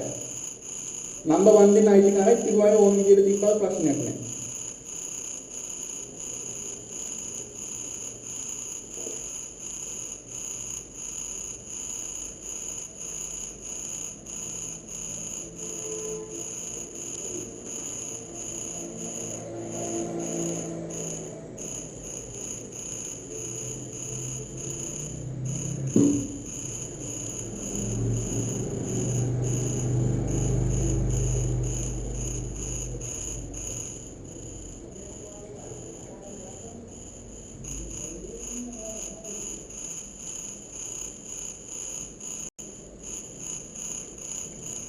හරි. මෙහෙම ලියුවානේ අපි මේ එකින් එක කෙනාගෙන ඉගෙන ගමු. පළවෙනි එක්කෙනා. හරිද? අංක 1 දාලා ලියන්න පළවෙනි එක්කෙනා. අදම YouTube වීඩියෝ එක දාන්නේ හෙට තමයි දාන්නේ. මොකද live යන්න හදන්න බෑ. live යන්න හැදුවොත් මේ connection එකේ ප්‍රශ්න වෙනවා සරින් සරේ. එතකොට හරියට මේ Zoom වීඩියෝ එකවත් හරියට පැහැදිලිව යන්නේ නැහැ. ඒ නිසා හෙට දානවා YouTube වීඩියෝ එක. හරි. පළවෙනි එක්කෙනා අපි වෙනම ඉගෙන ගමු. හලයින් ඔයගොල්ලෝ අංක 1 දාලා යන්න අයිතිකරුවා. මේගොල්ලෝ ගැන අපි පොඩ්ඩක් ඉගෙන ගමු.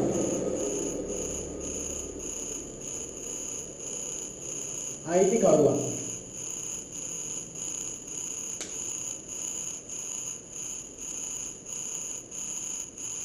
හරි. දැන් ව්‍යාපාරයක අයිතිකාරයෙක් කියලා කියන්නේ කාටද? ව්‍යාපාරයක අයිතිකාරයෙක් කියලා කියන්නේ කාටද? ඒ ව්‍යාපාරයට සල්ලි දාපු අයට. නැත්නම් තව විදිහකට කිව්වොත් ඒ ව්‍යාපාරයට අවශ්‍ය සම්පත් දෝපු අයට අපි කියන්නේ අයිතිකාරයෝ නේද? කඩේ මුදලාලි. දැන් කඩේ මුදලාලි කියනවා ඒ මුදලාලි වා මේක අයිතිකාරය වෙන්නේ කියලා. හරිද? ඒ මුදලාලි වාට මේක අයිතිකාරය කියන්නේ. ඒක මුදලාලි කිය ඒගොල්ලෝ මේ බිස්නස් එක පටන් ගන්න මේ ව්‍යාපාරය පටන් ගන්න ඕන කරන සල්ලි ටික දැන් මමනේ. එනකි මම මේක අයිතිකාරයයි. ආයෙනම් අයිතිකාරය කියලා කියන්නේ කාටද? අයිතිකරුවන් කියලා කියන්නේ කාටද? ව්‍යාපාරයට අවශ්‍ය සම්පත් යොදවපු පුද්ගලයන්ට තමයි අපි කියන්නේ අයිතිකරුවන් කියලා. එහෙනම් අයිතිකරුවන් ඉස්සරහින් ලියන්න. අයිතිකරුවන් ලියන්න. ව්‍යාපාරයට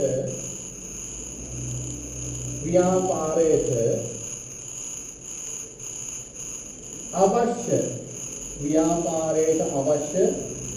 සම්පත් සැපයූ ව්‍යාපාරයට අවශ්‍ය සම්පත් සැපයූ පුද්ගලයන්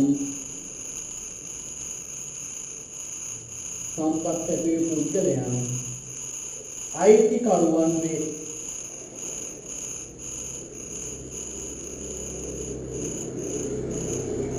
ව්‍යාපාරයට අවශ්‍ය සම්පත්. දැන් මෙතනදී සම්පත් කියලා කියන්නේ මුදල්, සල්ලි දාපු අය. ඒගොල්ලන්ට තමයි මෙතනදී කියන්නේ අයිතිකාරයෝ කියලා. හරිද?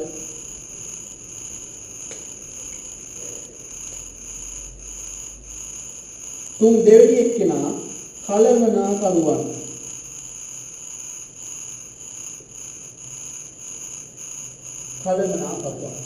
මේ අතර ඉන්නවනේ අද ඉන්නවනේ 20 ගාන මේ Google form එක fill කරපු නැති අය ඉන්නවනේ. ඒ කියන්නේ රිවිෂන් පන්තිරේ රෙජිස්ටර් වෙන මේ නොමිලේ රිවිෂන් පන්තිරේ රෙජිස්ටර් වෙන fill මේ ඒක ඉල්ලු මේ fill කරපු නැති අය ඉන්නවනම් පන්ති වල මට මේ නම්බර් එකට WhatsApp message එකක් දාලා ඉල්ල ගන්න පුළුවන්. රෙජිස්ටර් වුණා වගේ නෙමෙයි. හැමදාම එන්න කැමති අය. හැමදාම එන්න ඕන. හරිද? ඊට පස්සේ දැන් සැප්තැම්බර් ඔක්තෝබර් වලින් පස්සේ තමයි මුදල් අය කිරීමක් කරන්නේ. එතකොට ඒක කැමති නම් ඕගලන්ට එන්න පුළුවන්. මුදල් අය කිරීම කරාට පස්සේ කැමති නම් එන්න පුළුවන් නැති අයට එහෙම. එතකොට මුදල් අය කිරීම මුදල් ගෙවීමක් කරලා එන අයට වෙනම ගෲප් එකක් එතකොට හැදෙනවා. ඒක දිගටම ඒ ගෲප් එක තමයි මම ක්‍රියාත්මක කරගෙන යන්නේ. ලින්ක් එක දාන්නේ ඒ ගෲප් එකේ විතරයි. හරිද? තව කල් කියනවා තීරණයක් ගන්න පුළුවන් සැප්තැම්බර් ඔක්තෝබර් දෙකම නොමිලේ යන්නේ. මාස දෙකක් නොමිලේ. අද දෙවෙනි දවසේ ගිය සතියේ තමයි මේ වැඩේ පටන් ගත්තේ. හරි. කලමනාකරුවන්. එහෙනම් කලමනාකරුවෝ කියලා කියන්නේ පුතේ ගොඩක් මේ කලමනාකරුවෝ තමයි ව්‍යාපාරේ මෙහෙවන්නේ. එතකොට ව්‍යාපාරය ගැන තීරණ ගන්න ගොඩක් කලමනාකරුවෝ. හරිද? එහෙනම් ඒගොල්ලන්ට තමයි කියන්නේ කලමයි නම් කලමනාකරුවෝ කියලා කියන්නේ අපිට 11 වෙනි වෙනම පාඩමක් කියනවා කලමනාකරුවෝ මේ කලමනාකරණය කියලා. එතකන් දැනට ඉගෙන ගන්න. විශේෂයෙන් 10 වසරේ දරුවෝ කලමනාකරුවන් කියලා කියන්නේ ව්‍යාපාරයේ මෙහෙවන ඒ වගේම ව්‍යාපාරය ගැන තීරණ ගන්න අයට අපි කියන්නේ කලමනාකරුවන් කියලා. එනේ යටතේ ලියන්නේ කලමනාකරුවන් කියන එක යටතේ ලියන්නේ ව්‍යාපාර කටයුතු මෙහෙවන ව්‍යාපාර කටයුතු මෙහෙවන ව්‍යාපාරය පිළිබඳව ව්‍යාපාර කටයුතු මෙහෙවන ව්‍යාපාරය පිළිබඳව තීරණ ගන්නා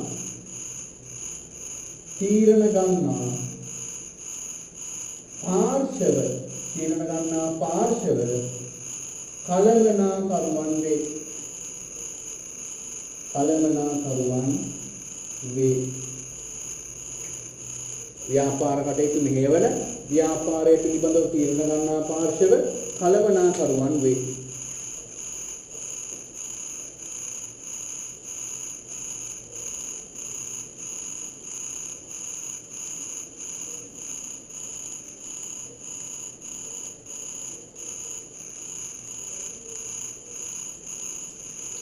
තුන්වෙනි එක්කෙනා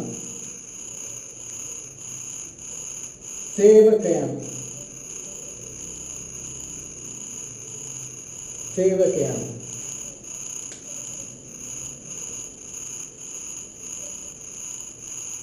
හරි සේවකයෝ කියලා කියන්නේ පුතේ හැමතිස්සෙම සේවකයන්ට මොකක් හරි තැනක වැඩ කරපුවාම ලැබෙන්නේ මොකක්ද අපි කියනවා පඩියක් කියලා නේ.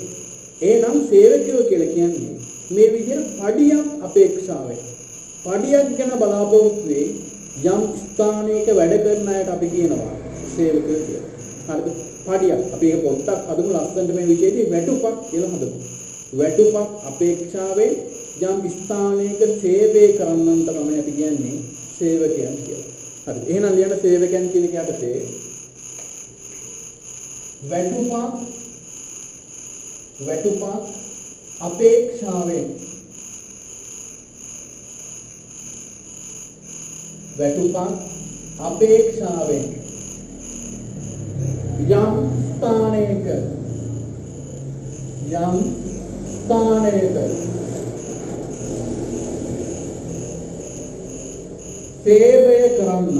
යම් ස්ථානයක සේවය කරන්නන් සේවකයන් වේ. වැටුපක් අපේක්ෂාවෙන් යම් ස්ථානයක සේවය කරන්නන් සේවකයන් වේ.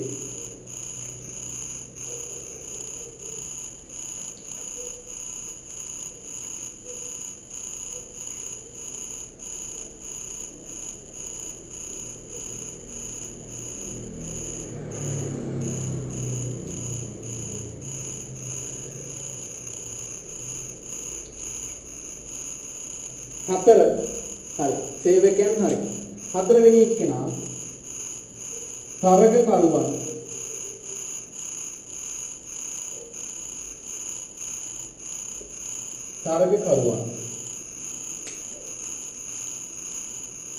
හරි දැන් අපි තරගකරුවන් කියපු ගමන් ඔලුවට එන්නේ මේ සෙල්ලම් කරන අය ගැනනේ. තරගයක් තියෙනවා අන්නේ නෑ ඒකම නෙමෙයි ගේම් එකකින් අයම නෙමෙයි. හරි. ඒකේ තරගකරුවෝ කියලා කියන්නේ එක හා සමාන භාණ්ඩ නිෂ්පාදනය කරන අය. එක හා සමාන භාණ්ඩ නිෂ්පාදනය කරන අය. දැන් උදාහරණයක් ගත්තොත් මම ගන්නා හොඳම උදාහරණය තමයි සුපර් මාකට්. හරිද? සුපර් මාකට් ගමු උදාහරණයකට. දැන් කීල්ස් කියන සුපර් මාකට් එකට පුතේ. හරිද? කීල්ස් කියන සුපර් මාකට් එකට මේ ආපිකෝ කියන සුපර් මාකට් එක තරග කරුවේ. කීල්ස් කියන සුපර් මාකට් එකට මේ ආපිකෝ කියන සුපර් මාකට් එක තරග කරුවේ. ඇයි කීල්ස් විකුණන්නේ මොනවද? ආපිකෝ විකුණන්නේ මොනවද? මේ දෙකේම විකුණන්නේ එකම දේවල් නේද? නම් විතරයි වෙනස් වෙන්නේ. එතකොට කීල්ස් කියන අයට ආපිකෝ කියන අය තරග කරුවේ. ආපිකෝ කියන අයට කීල්ස් කියන අය තරග කරුවේ. මේ දෙන්නම බලන්නේ මොකද්ද? මේ අනිත් එක්කෙනාට වඩා තමන්ගේ දේ ඉක්මනින් විකුණ ගන්න. මේ දෙන්නා බලන්නේ. අපි තව උදාහරණයක් ගමු. අපි ෆෝන් ගමු. අපි ගමු Apple කියන ෆෝන් ජාතියයි Samsung කියන ෆෝන් එකයි. හරි. මේගොල්ලෝ මේ ආයතන දෙකම හදන්නේ ෆෝන්. දෙගොල්ලම හදන්නේ ෆෝන්. මේගොල්ලෝ තරග කරුවෝ. මේ දෙන්නට දෙන්න තරග කරුවෝ. ඇයි Apple කියන කට්ටිය මොනවද කරන්නේ? මේ Samsung කියන කට්ටියට වඩා ෆෝන් එක විකුණ ගන්නවා. Samsung මොකද කරන්නේ? Apple කියන අයට වඩා ෆෝන් විකුණලා ඉක්මනට ලාභයක් ගන්නවා. එහෙනම් තරගකරුවෝ කියන එක දැන් වාට අයිඩි එකක් තියෙනවා. මොකක්ද තරගකරුවෙක් කියලා කියන්නේ? එක හා සමාන බාහන නිපදවන අයට අපි කියන්නේ තරගකරුවෝ කියලා. තේරෙනවද? එක හා සමාන බාහන නිපදවන අයට. තේරෙනව නේද? එහෙනම් ලියමු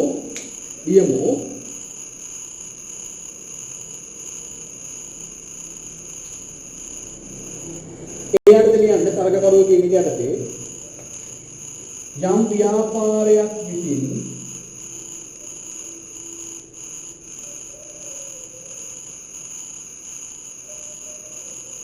ව්‍යාපාරයක් විසින් නිපදවන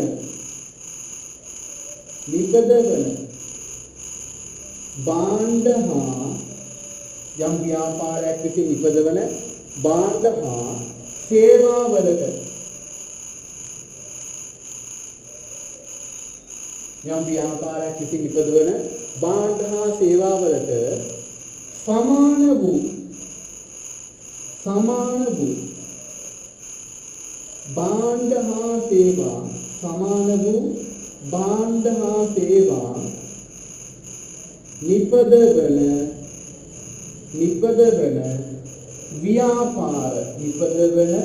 ව්‍යාපාර තරගකරුවන් වේ.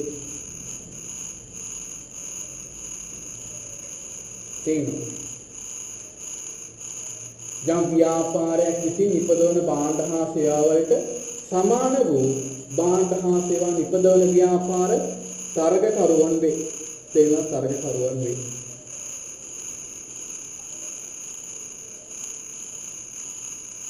එතකොට YouTube channel එකේ එක වෙලෙදි මම වීඩියෝ එක දාන්නම්. හරිද? මේ තියෙන්නේ නම මේ නමින්මයි තියෙන්නේ, මේ ලෝගෝ එකමයි තියෙන්නේ, මේ subscribe කරන්න. පාඩම් කියන පුළුවන් නම් කමෙන්ට් එකක් දාන්න. තේරෙනවද නැද්ද? ගුණදොස් කියලා කමෙන්ට් එකක් දාන්න වීඩියෝස් වලට. ගිය සතියේ වීඩියෝ එක අප්ලෝඩ් කරලා දෙන්න. දැන් තමයි ගිය සතියේ කියන්නේ දැන් පන්ති තිබ්බ දාට පහුවෙනිදා අප්ලෝඩ් කරනවා. හරි?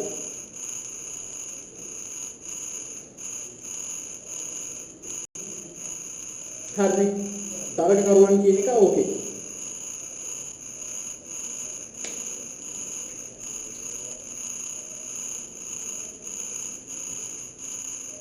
හරි.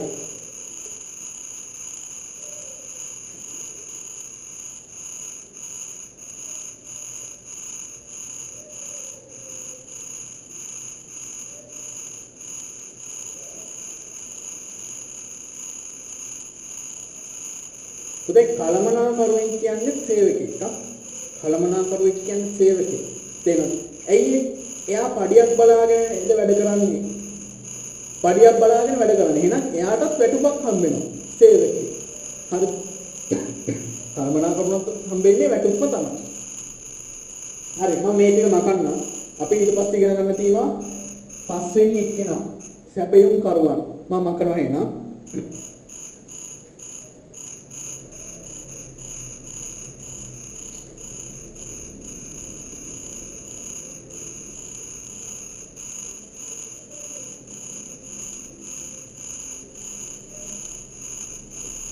පස්වෙනි එක්කෙනා සැපයුම් කරුවන්.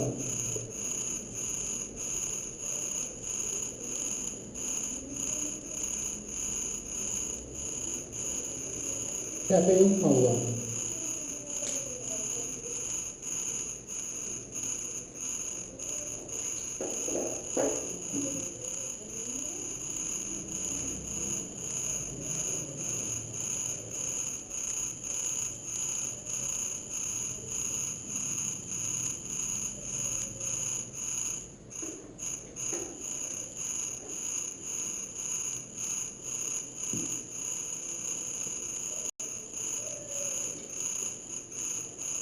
හරි. සැපයුම් කරුවා. පුතේ සැපයුම් කරුවා කියලා කියන්නේ ව්‍යාපාරයට අවශ්‍ය විවිධ දේවල් ගෙනත් දෙන අයට. ගොඩක් ඉතින් ව්‍යාපාරයේ නිෂ්පාදන වැඩ කටයුතු. ව්‍යාපාරයේ විකුණන්න ඕන කරන දේවල් මේ ගෙනත් දෙන්නේ කවුද? සැපයුම් කරුවා. ඔයගොල්ලෝ සමාජයට දැකලා ඇති. ගමේ තියෙන සිල්ලර කඩේට ලොරියකින් ඇවිල්ලා ගෙනත් දෙන විවිධාකාරයේ දේවල් නේද? ලොරියකින් ඇවිල්ලා චොක්ලට් දෙනවා, බිස්කට් දෙනවා. ඔයගොල්ලෝ දැකලා ඇති නේද? සමහර කඩේවලට ගිහම මේව දැකලා ඇති නේද? ඒක පොල් තෙල් ටික ගෙනල්ලා දෙනවා. එහෙනම් පුතේ සැපයුම් කරුවෝ කියලා කියන්නේ කාටද? ව්‍යාපාරයට අවශ්‍ය විවිධ දේවල් ගෙනත් දෙන අයට අපි කියනවා සැපයුම් කරුවෝ කියලා. ව්‍යාපාරයට අවශ්‍ය විවිධ දේවල් ගෙනත් දෙන අයට. හරිද? ගොඩක් විකුණන්න අවශ්‍ය කරන දේවල්, නිෂ්පාදනයට ඕන කරන අමුද්‍රව්‍ය, මේ වගේ දේවල් ගෙනත් දෙන අයට අපි කියනවා සැපයුම් කරුවෝ කියලා. එහෙනම් යට කියන්නේ ව්‍යාපාර කටයුතු සඳහා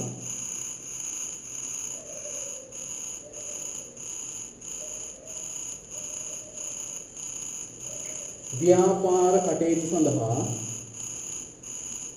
අවශ්‍ය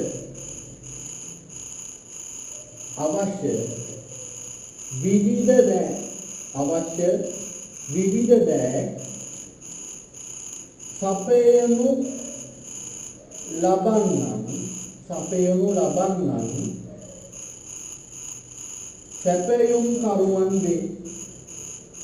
සපයනු ලබන්නන් සැපයුම් කරුවන් වේ. ව්‍යාපාර කටයුතු සඳහා අවශ්‍ය විවිධ දෑ සැපයනු ලබන්නන් සැපයුම් කරුවන් වේ.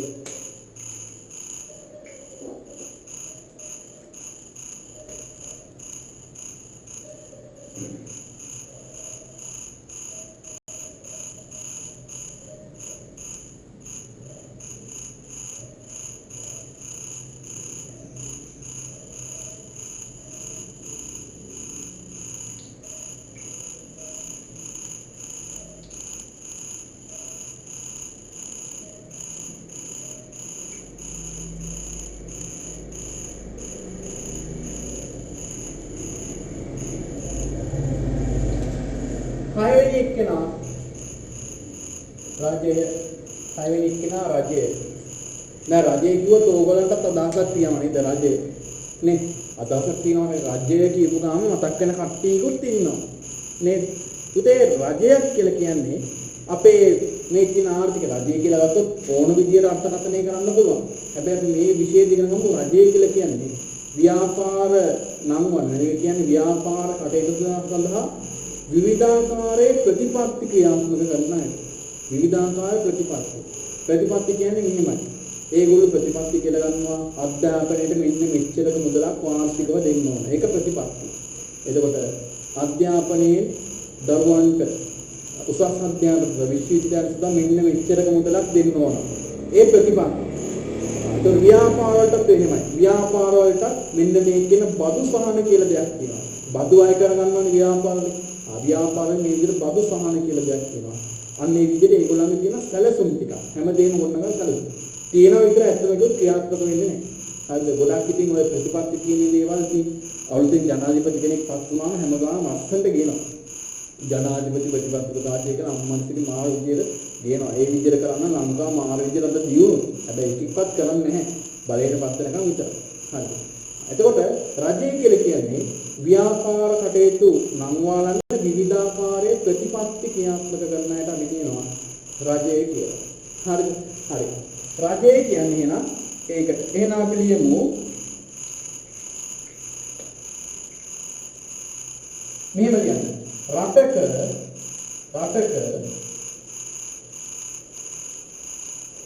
ආර්ථික දියුණුව සඳහා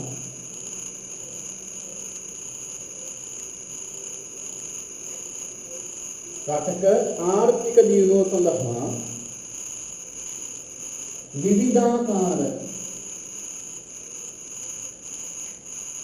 විවිධාකාර ප්‍රතිපත්ති ක්‍රියාත්මක කරන්නා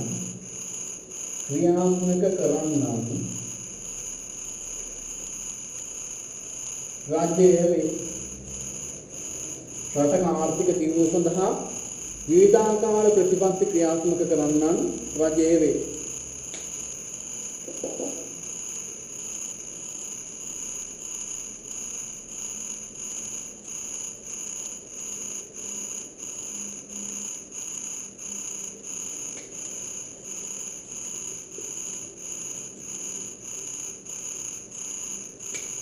හත්වෙනි එක ලියන්න මූල්‍ය ආයතන.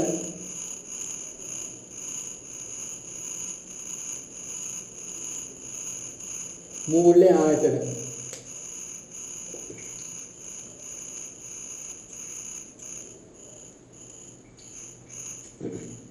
මගේ ස්ක්‍රීන් එක රෙකෝඩ් වෙනවා. ඒ කියන්නේ පාටිසිපේට් කරන අය මට පෙන්නනවා.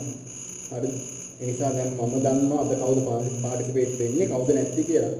හරිද? මේ දවස් දෙක තුනක් බලලා හැමදාම ඉන්න අය බලලා මම අනිත් අයව අයින් කරලා දානවා ගෲප් එකේ.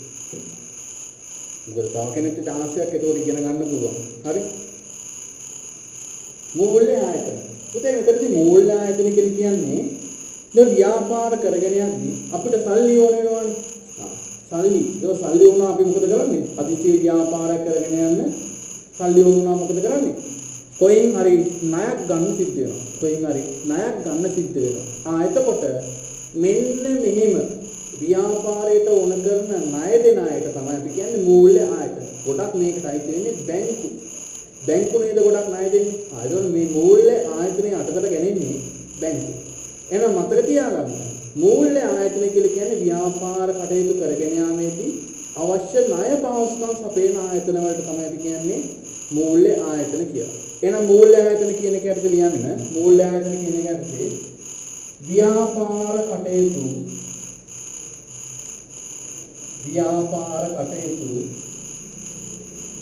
පවත්වාගෙන යාමේදී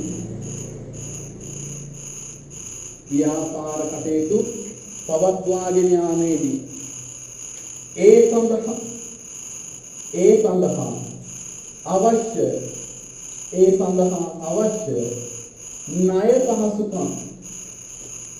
ණය පහසුකම් සපයන ආයතන මූල්‍ය ආයතන වේ.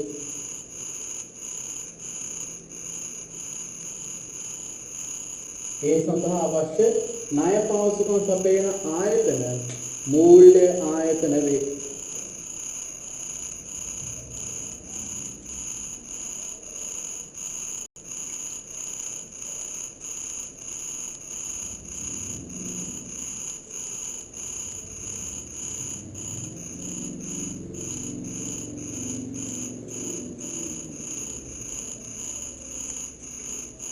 එහෙනම් ව්‍යාපාරයක් කරගෙන මේකට අපිට ඕන නම් ණය මුදල් කියන දේ ඕනේ. එහෙනම් මේ ණය මුදල් අපිට දෙන අයට අපි කියනවා මූල්‍ය ආයතන කියලා. 8 වෙනි එක්කෙනා ගමු. 8 වෙනි එක්කෙනා ප්‍රජාව කියලා කියන්නේ ව්‍යාපාරයේ වටේ ඉන්න මිනිස්සුන්ට නේද? ප්‍රජාව. දැන් පාසලක් ගත්තොත් පාසල වටේ ඉන්න කට්ටියට මිනිස්සුන්ට අපි කියනවා ඒක තමයි පාසල වටේ ඉන්න ප්‍රජාව. ව්‍යාපාරයකට අපි ගමු ගාමන්ට් එක වටේ ඉන්න කට්ටියක් ඉන්නවනම් අපි ඒ කට්ටියට මේ තමයි මේ අවට ඉන්න ප්‍රජාව. ප්‍රජාව කියලා කියන්නේ අර ව්‍යාපාරයෙන් පිටතට ජීවත් වෙන අයට. අර ව්‍යාපාරයෙන් පිටතට ඉන්න අයට තමයි අපි කියන්නේ ප්‍රජාව කියලා. හරි. එහෙනම් කියන්නේ ප්‍රජාව කියන එක අපේ කියන්නේ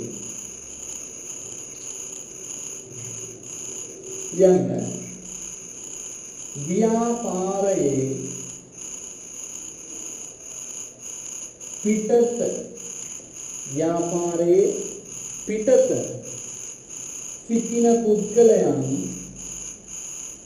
පිටත සිටින පුද්ගලයන් ප්‍රජාව වේ. ව්‍යාපාරයේ පිටත සිටින පුද්ගලයන් ප්‍රජාව වේ. දැන් YouTube වීඩියෝ එක අප්ලෝඩ් කරනවා කියන එකෙන් අද යන්න එපා. හන්ද ආයෙ මොකද ආයෙ ඩායිල පැය දෙකක් වෙන කල ඒක බලන්න. එකපාර අතම මේ නෝට් ටික කම්ප්ලීට් කරගෙන යන්න. නැත්නම් අද වෙන්නේ නැහැ කියලා කොහොමද වැඩේ වෙන්නේ. හරිද? ගොඩක් අපේ ඇඟේ මේ කියනවනේ කම්මැලිකම. නේද? අද මොකක් හරි කරන්නේ නැහැ. රැය වෙලාම පාඩම් කරනවා. ඒක රැය වුණාම මොකද හිතන්නේ? නෑ හෙට උදේ පාඩම් කරනවා. හෙට උදේ වුණාම කියනවා නෑ අද දවල් පාඩම් කරන දවල් රැය වෙනවා. ඔහොම යනවා. ඔය කම්මැලිකම නිකන් බාහල කිරි දෝෂය වගේ. ඒ වැඩ තියාගන්න එපා. හරිද? අනිවාර්යෙන් දෙයක් දැම්ම කරන්න පුරුදු වෙන්න. හරිද? ඒ නිසා YouTube වීඩියෝ එක දාන්න නිකන් හරි හදිස්සියේ හරි කාට හරි එන්න බැරි නම් ඒ අයට බලන්න. හරිද? නැත්තම් මේ එන්නේ නැතු පන්ති දෙන්නේ නැතු කම්මැලි කමට එන්නේ නැද්ද මේ YouTube වීඩියෝ එක දාන්න එන්න බැරි අයට බලන්න. නැත්තම් තව විදියකින් ඉන්නවනේ ශ්‍රී ලංකාවේ ගොඩක් දරුවෝ මේ වෙද්දි අධ්‍යාපනයේ මේ විදිහට මේ ලබන්න විදියක් නැති වෙනවා. ගොඩක් ආසල වල යන මේ ස්ට්‍රයික් එකේ ඉඳලා. හරිද? ඒ ළමයිටත් උදව්වක් විදියට තමයි එහෙම දාන්නේ. ඒගොල්ලන්ට සමහරට පහසුකම් නැහැ Zoom එකකින් එන්න. හරිද? YouTube වීඩියෝ බලන්න සිග්නල් දිනවා යන්තම්. YouTube එකෙන් ඩවුන්ලෝඩ් කරගෙන හරි බලන්න පුළුවන්. Zoom එකෙන් සමහරට එන්න බෑ. අන්න ඒ වගේ ගැටලු තියෙන අයටත් එක්ක තමයි මේ YouTube වීඩියෝ දාන්නේ. හරි? ඒ නිසා YouTube වීඩියෝ එක දානවා කියලා පන්ති දෙන්නේ නැතුව දැන් ඉන්න එකේ ලෙෆ්ට් එක නදන්න එපා. හරි. අන්තිම එක්කෙනා ලියගමු. 9 ගනුදෙනු කරුවන්.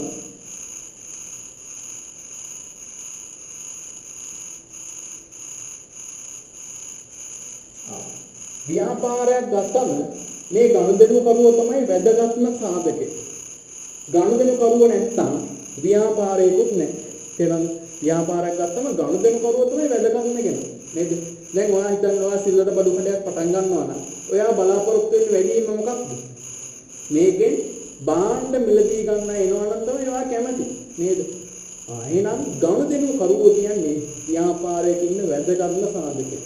එහෙනම් පුතේ මේ ගනුදෙනු කරුව කියලා කියන්නේ අපේ ව්‍යාපාරේ භාණ්ඩ හා සේවා මිලදී ගන්න අයට.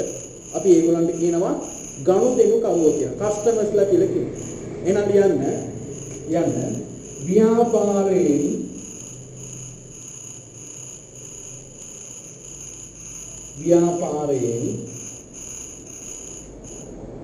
භාණ්ඩ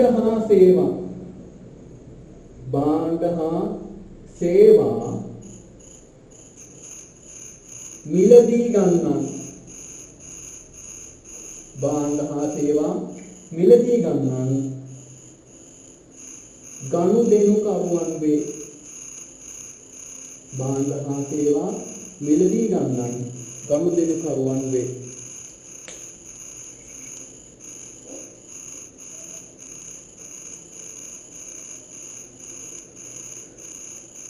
හරි.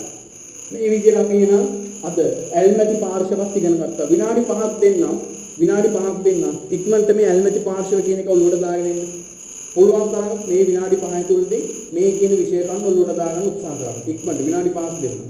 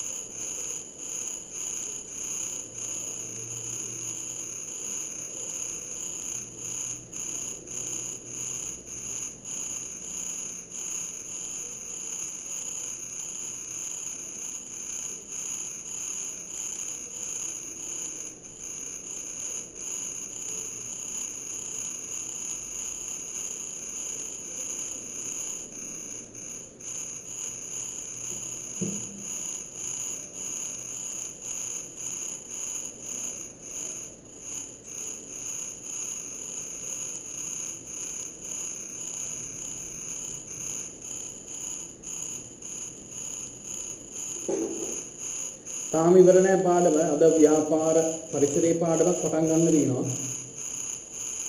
ඒ කියන්නේ මේක කරා කියන්නේ අපි පළවෙනි පාඩම ඉවර. මේ පළවෙනි පාඩම මේ ටික දැන ගැනීම හොඳටම ප්‍රමාණවත්. හරිද? මේ ටිකෙන් තමයි ප්‍රශ්න අහන්නේ.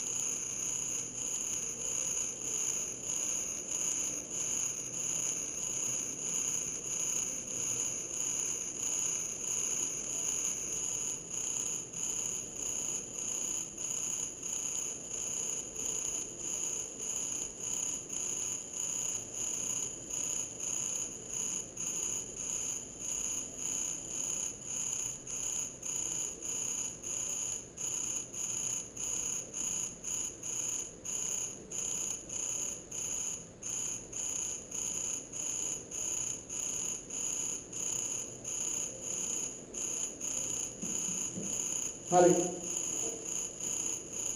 එච්චරයි තියෙන්නේ එතකොට ව්‍යාපාර පසුබිම කියන පාඩමේ. ඔය ටික ලස්සනට නෝට් එක ඔබ දාගෙන තියාගන්න.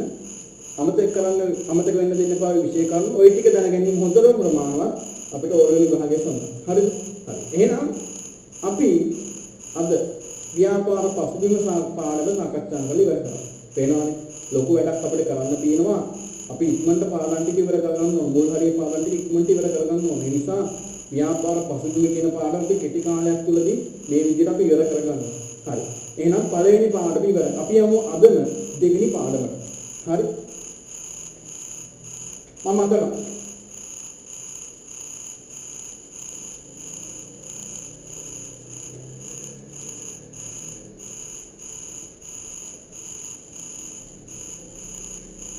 අලුත් පිටුවකින් පටන් ගන්න. සාමාන්‍යයෙන් අලුත් පාඩම අලුත් පිටුවකින්ම පටන් ගන්නවා. හරිද? අලුත් පිටුවකින් පටන් ගන්න. එහෙනම් දාන්න දෙවෙනි පාඩම ව්‍යාපාර පරිසරය.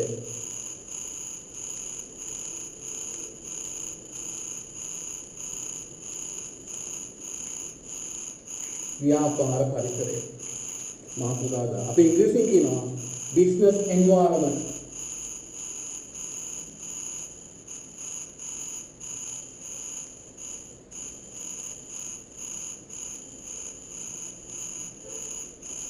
Business environment.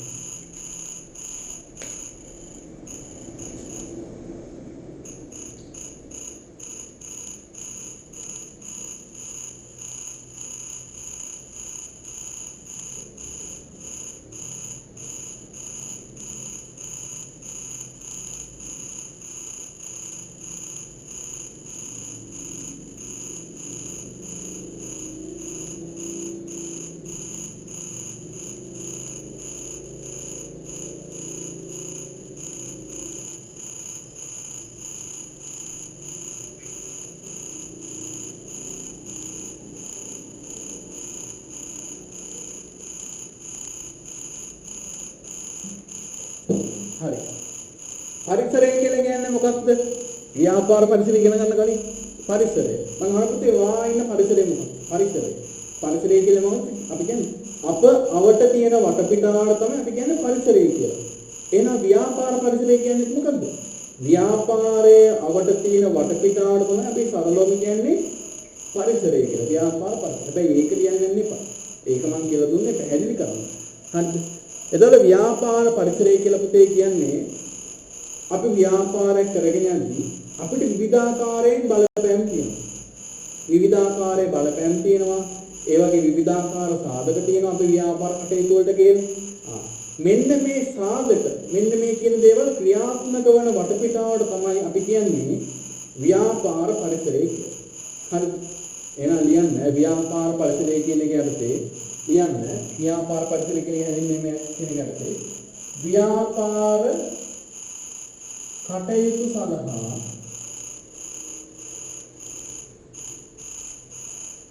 බලපෑම්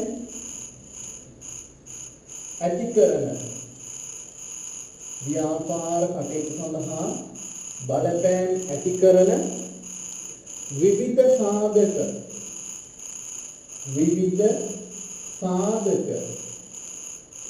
ක්‍රියාත්මක වන වටපිටාව විවිධ සාධක ක්‍රියාත්මක වන වටපිටාව ව්‍යාපාර පරිසරයේ වේ.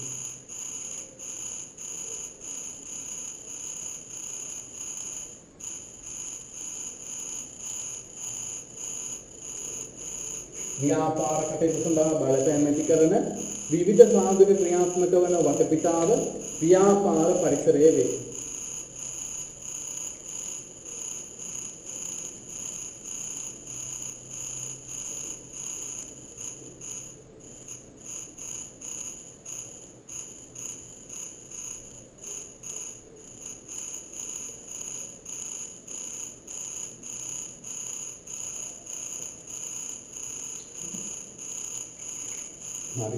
මේක මතක තියාගන්න මේ නිර්වචනය. ව්‍යාපාර කටයුතු සඳහා බලපෑම් ඇති කරන විවිධ සාධක ක්‍රියාත්මක වන වටපිටාව ව්‍යාපාර පරිසරයේ වේ. හරි. එතකොට පුතේ ව්‍යාපාර පරිසරය ප්‍රධාන කොටස් දෙකකට බෙදෙනවා. හරිද? ව්‍යාපාර පරිසරය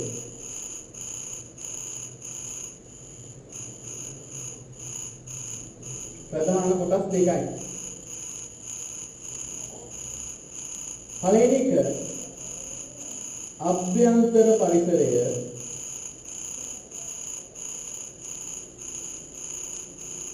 මේක බාහිර පරිසරය මේකත් දාගන්න මේ chart එක බාහිර පරිසරය පළවෙනි එක අභ්‍යන්තර පරිසරය අනිත් එක බාහිර පරිසරය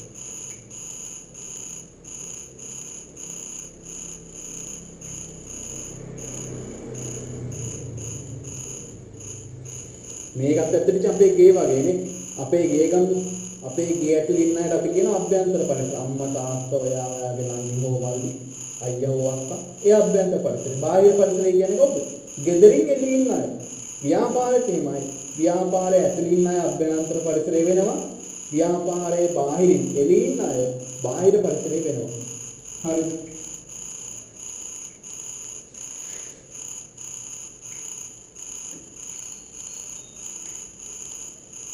හරි. එතකොට අභ්‍යන්තර පරිසරයේ ඉන්න තුන් දෙනෙක්. ලියන්න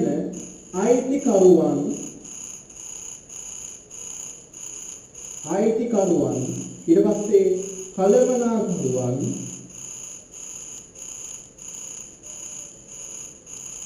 ඊට පස්සේ සේවකයන්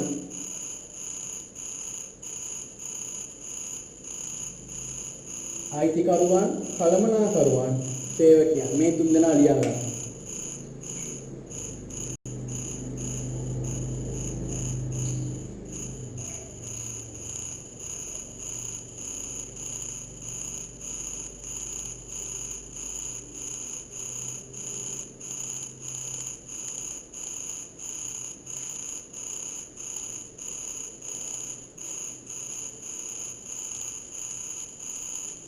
හරි.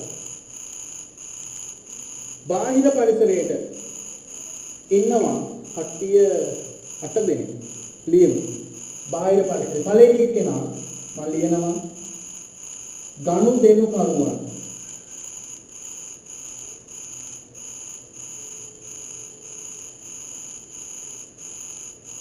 ගනුදෙනු කරුවන්. හරි. ඊට පස්සේ තරග කරුවන් තරගකරුවන් ඊට පස්සේ සැපයුම් කරුවන්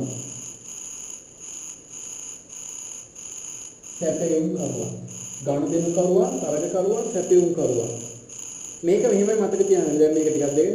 දරුවන් තරුවන් සැරුවන් කියලා මතක තියාගන්න. බාහිර පරිසරයේ ඉන්නවා පළවෙනි තුන් දෙනා. දරුවන් තරුවන් සැරුවන්. ඊට පස්සේ පරිසර පහක් තියෙනවා.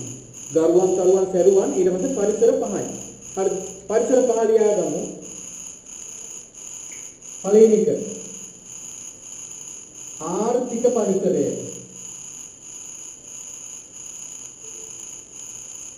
ආර්ථික පරිසරය. හරි. ඊට පස්සේ දේශපාලන පරිසරය.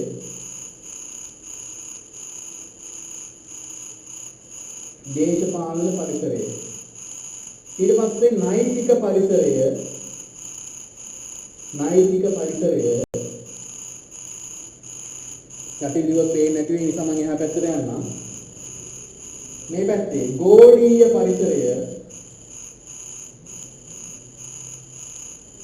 අන්තිමට තාක්ෂණික පරිසරය.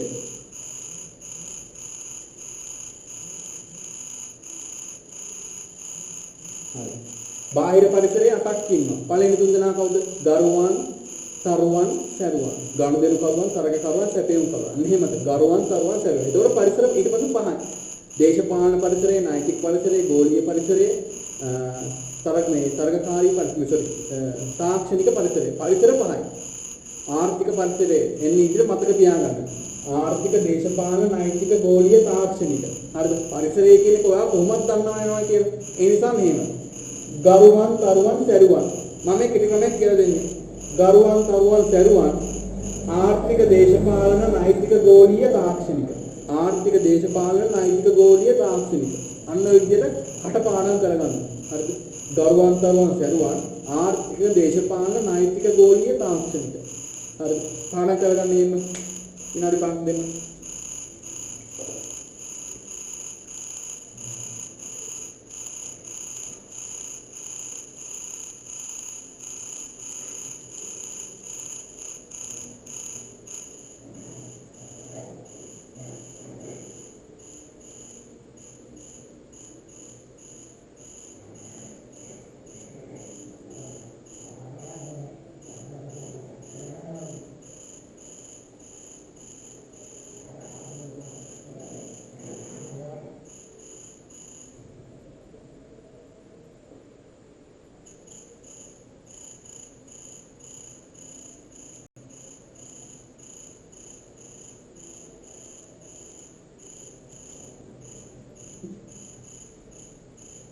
හරි.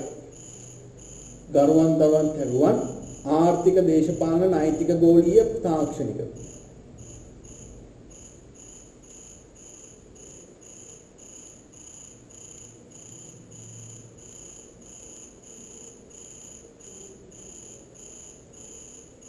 හරි. මේ විදිහට එතකොට මේකේ ව්‍යාපාර පරිසරය කියන්නේ මොකක්ද කියලා ඉගෙන ගන්න. ඊට පස්සේ ව්‍යාපාර පරිසරය කොහොමද කොටස් දෙකකට බෙදෙන්නේ? අභ්‍යන්තර පරිසරය සහ බාහිර පරිසරය. ඒතර අභ්‍යන්තර පරිසරයේ 3 දෙනෙක් ඉන්නවා. බාහිර පරිසරයේ 8 දෙනෙක් ඉන්නවා. තේරෙනවද?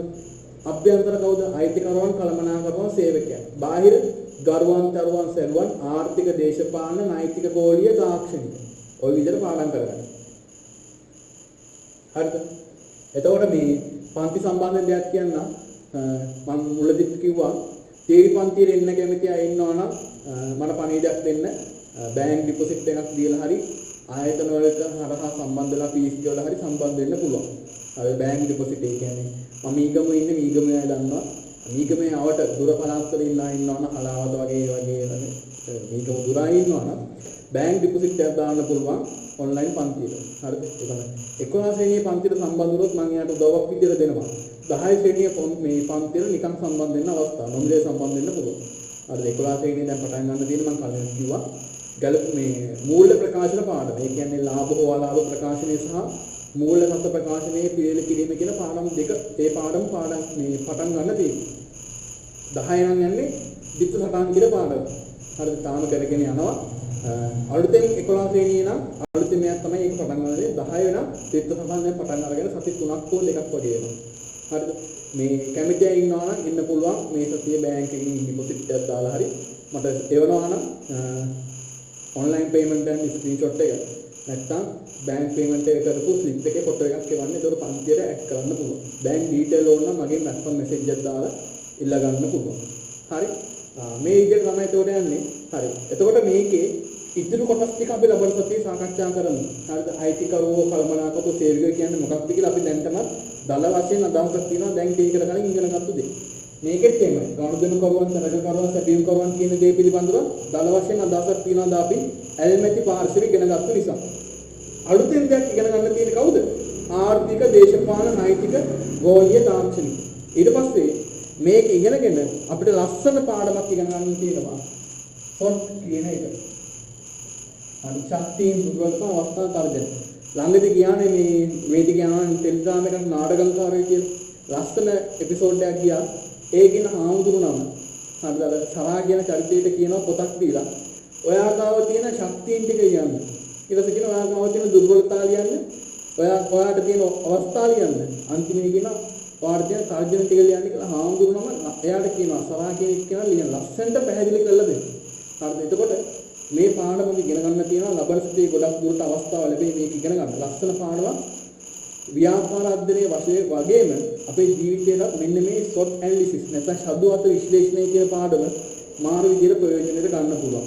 හරි. අන්තිම වශයෙන් ඊයේ සතියේ වගේ අද පාඩම පිළිබඳව ඕගොල්ලන්ගේ අදහස් ටිකක් දෙන්න. තාම මොකක් හරි එන්න ඕනද තේරෙනවද නැද්ද? නැත්නම් මේ විදිහට කරන්න කියලා අදහසක් දෙන්න කියලා ඉක්මනට කියන්නේ. chat එකෙන් දාන්න ඉක්මනට අදහසක් දෙන්න අද පන්තිය සම්බන්ධයෙන්.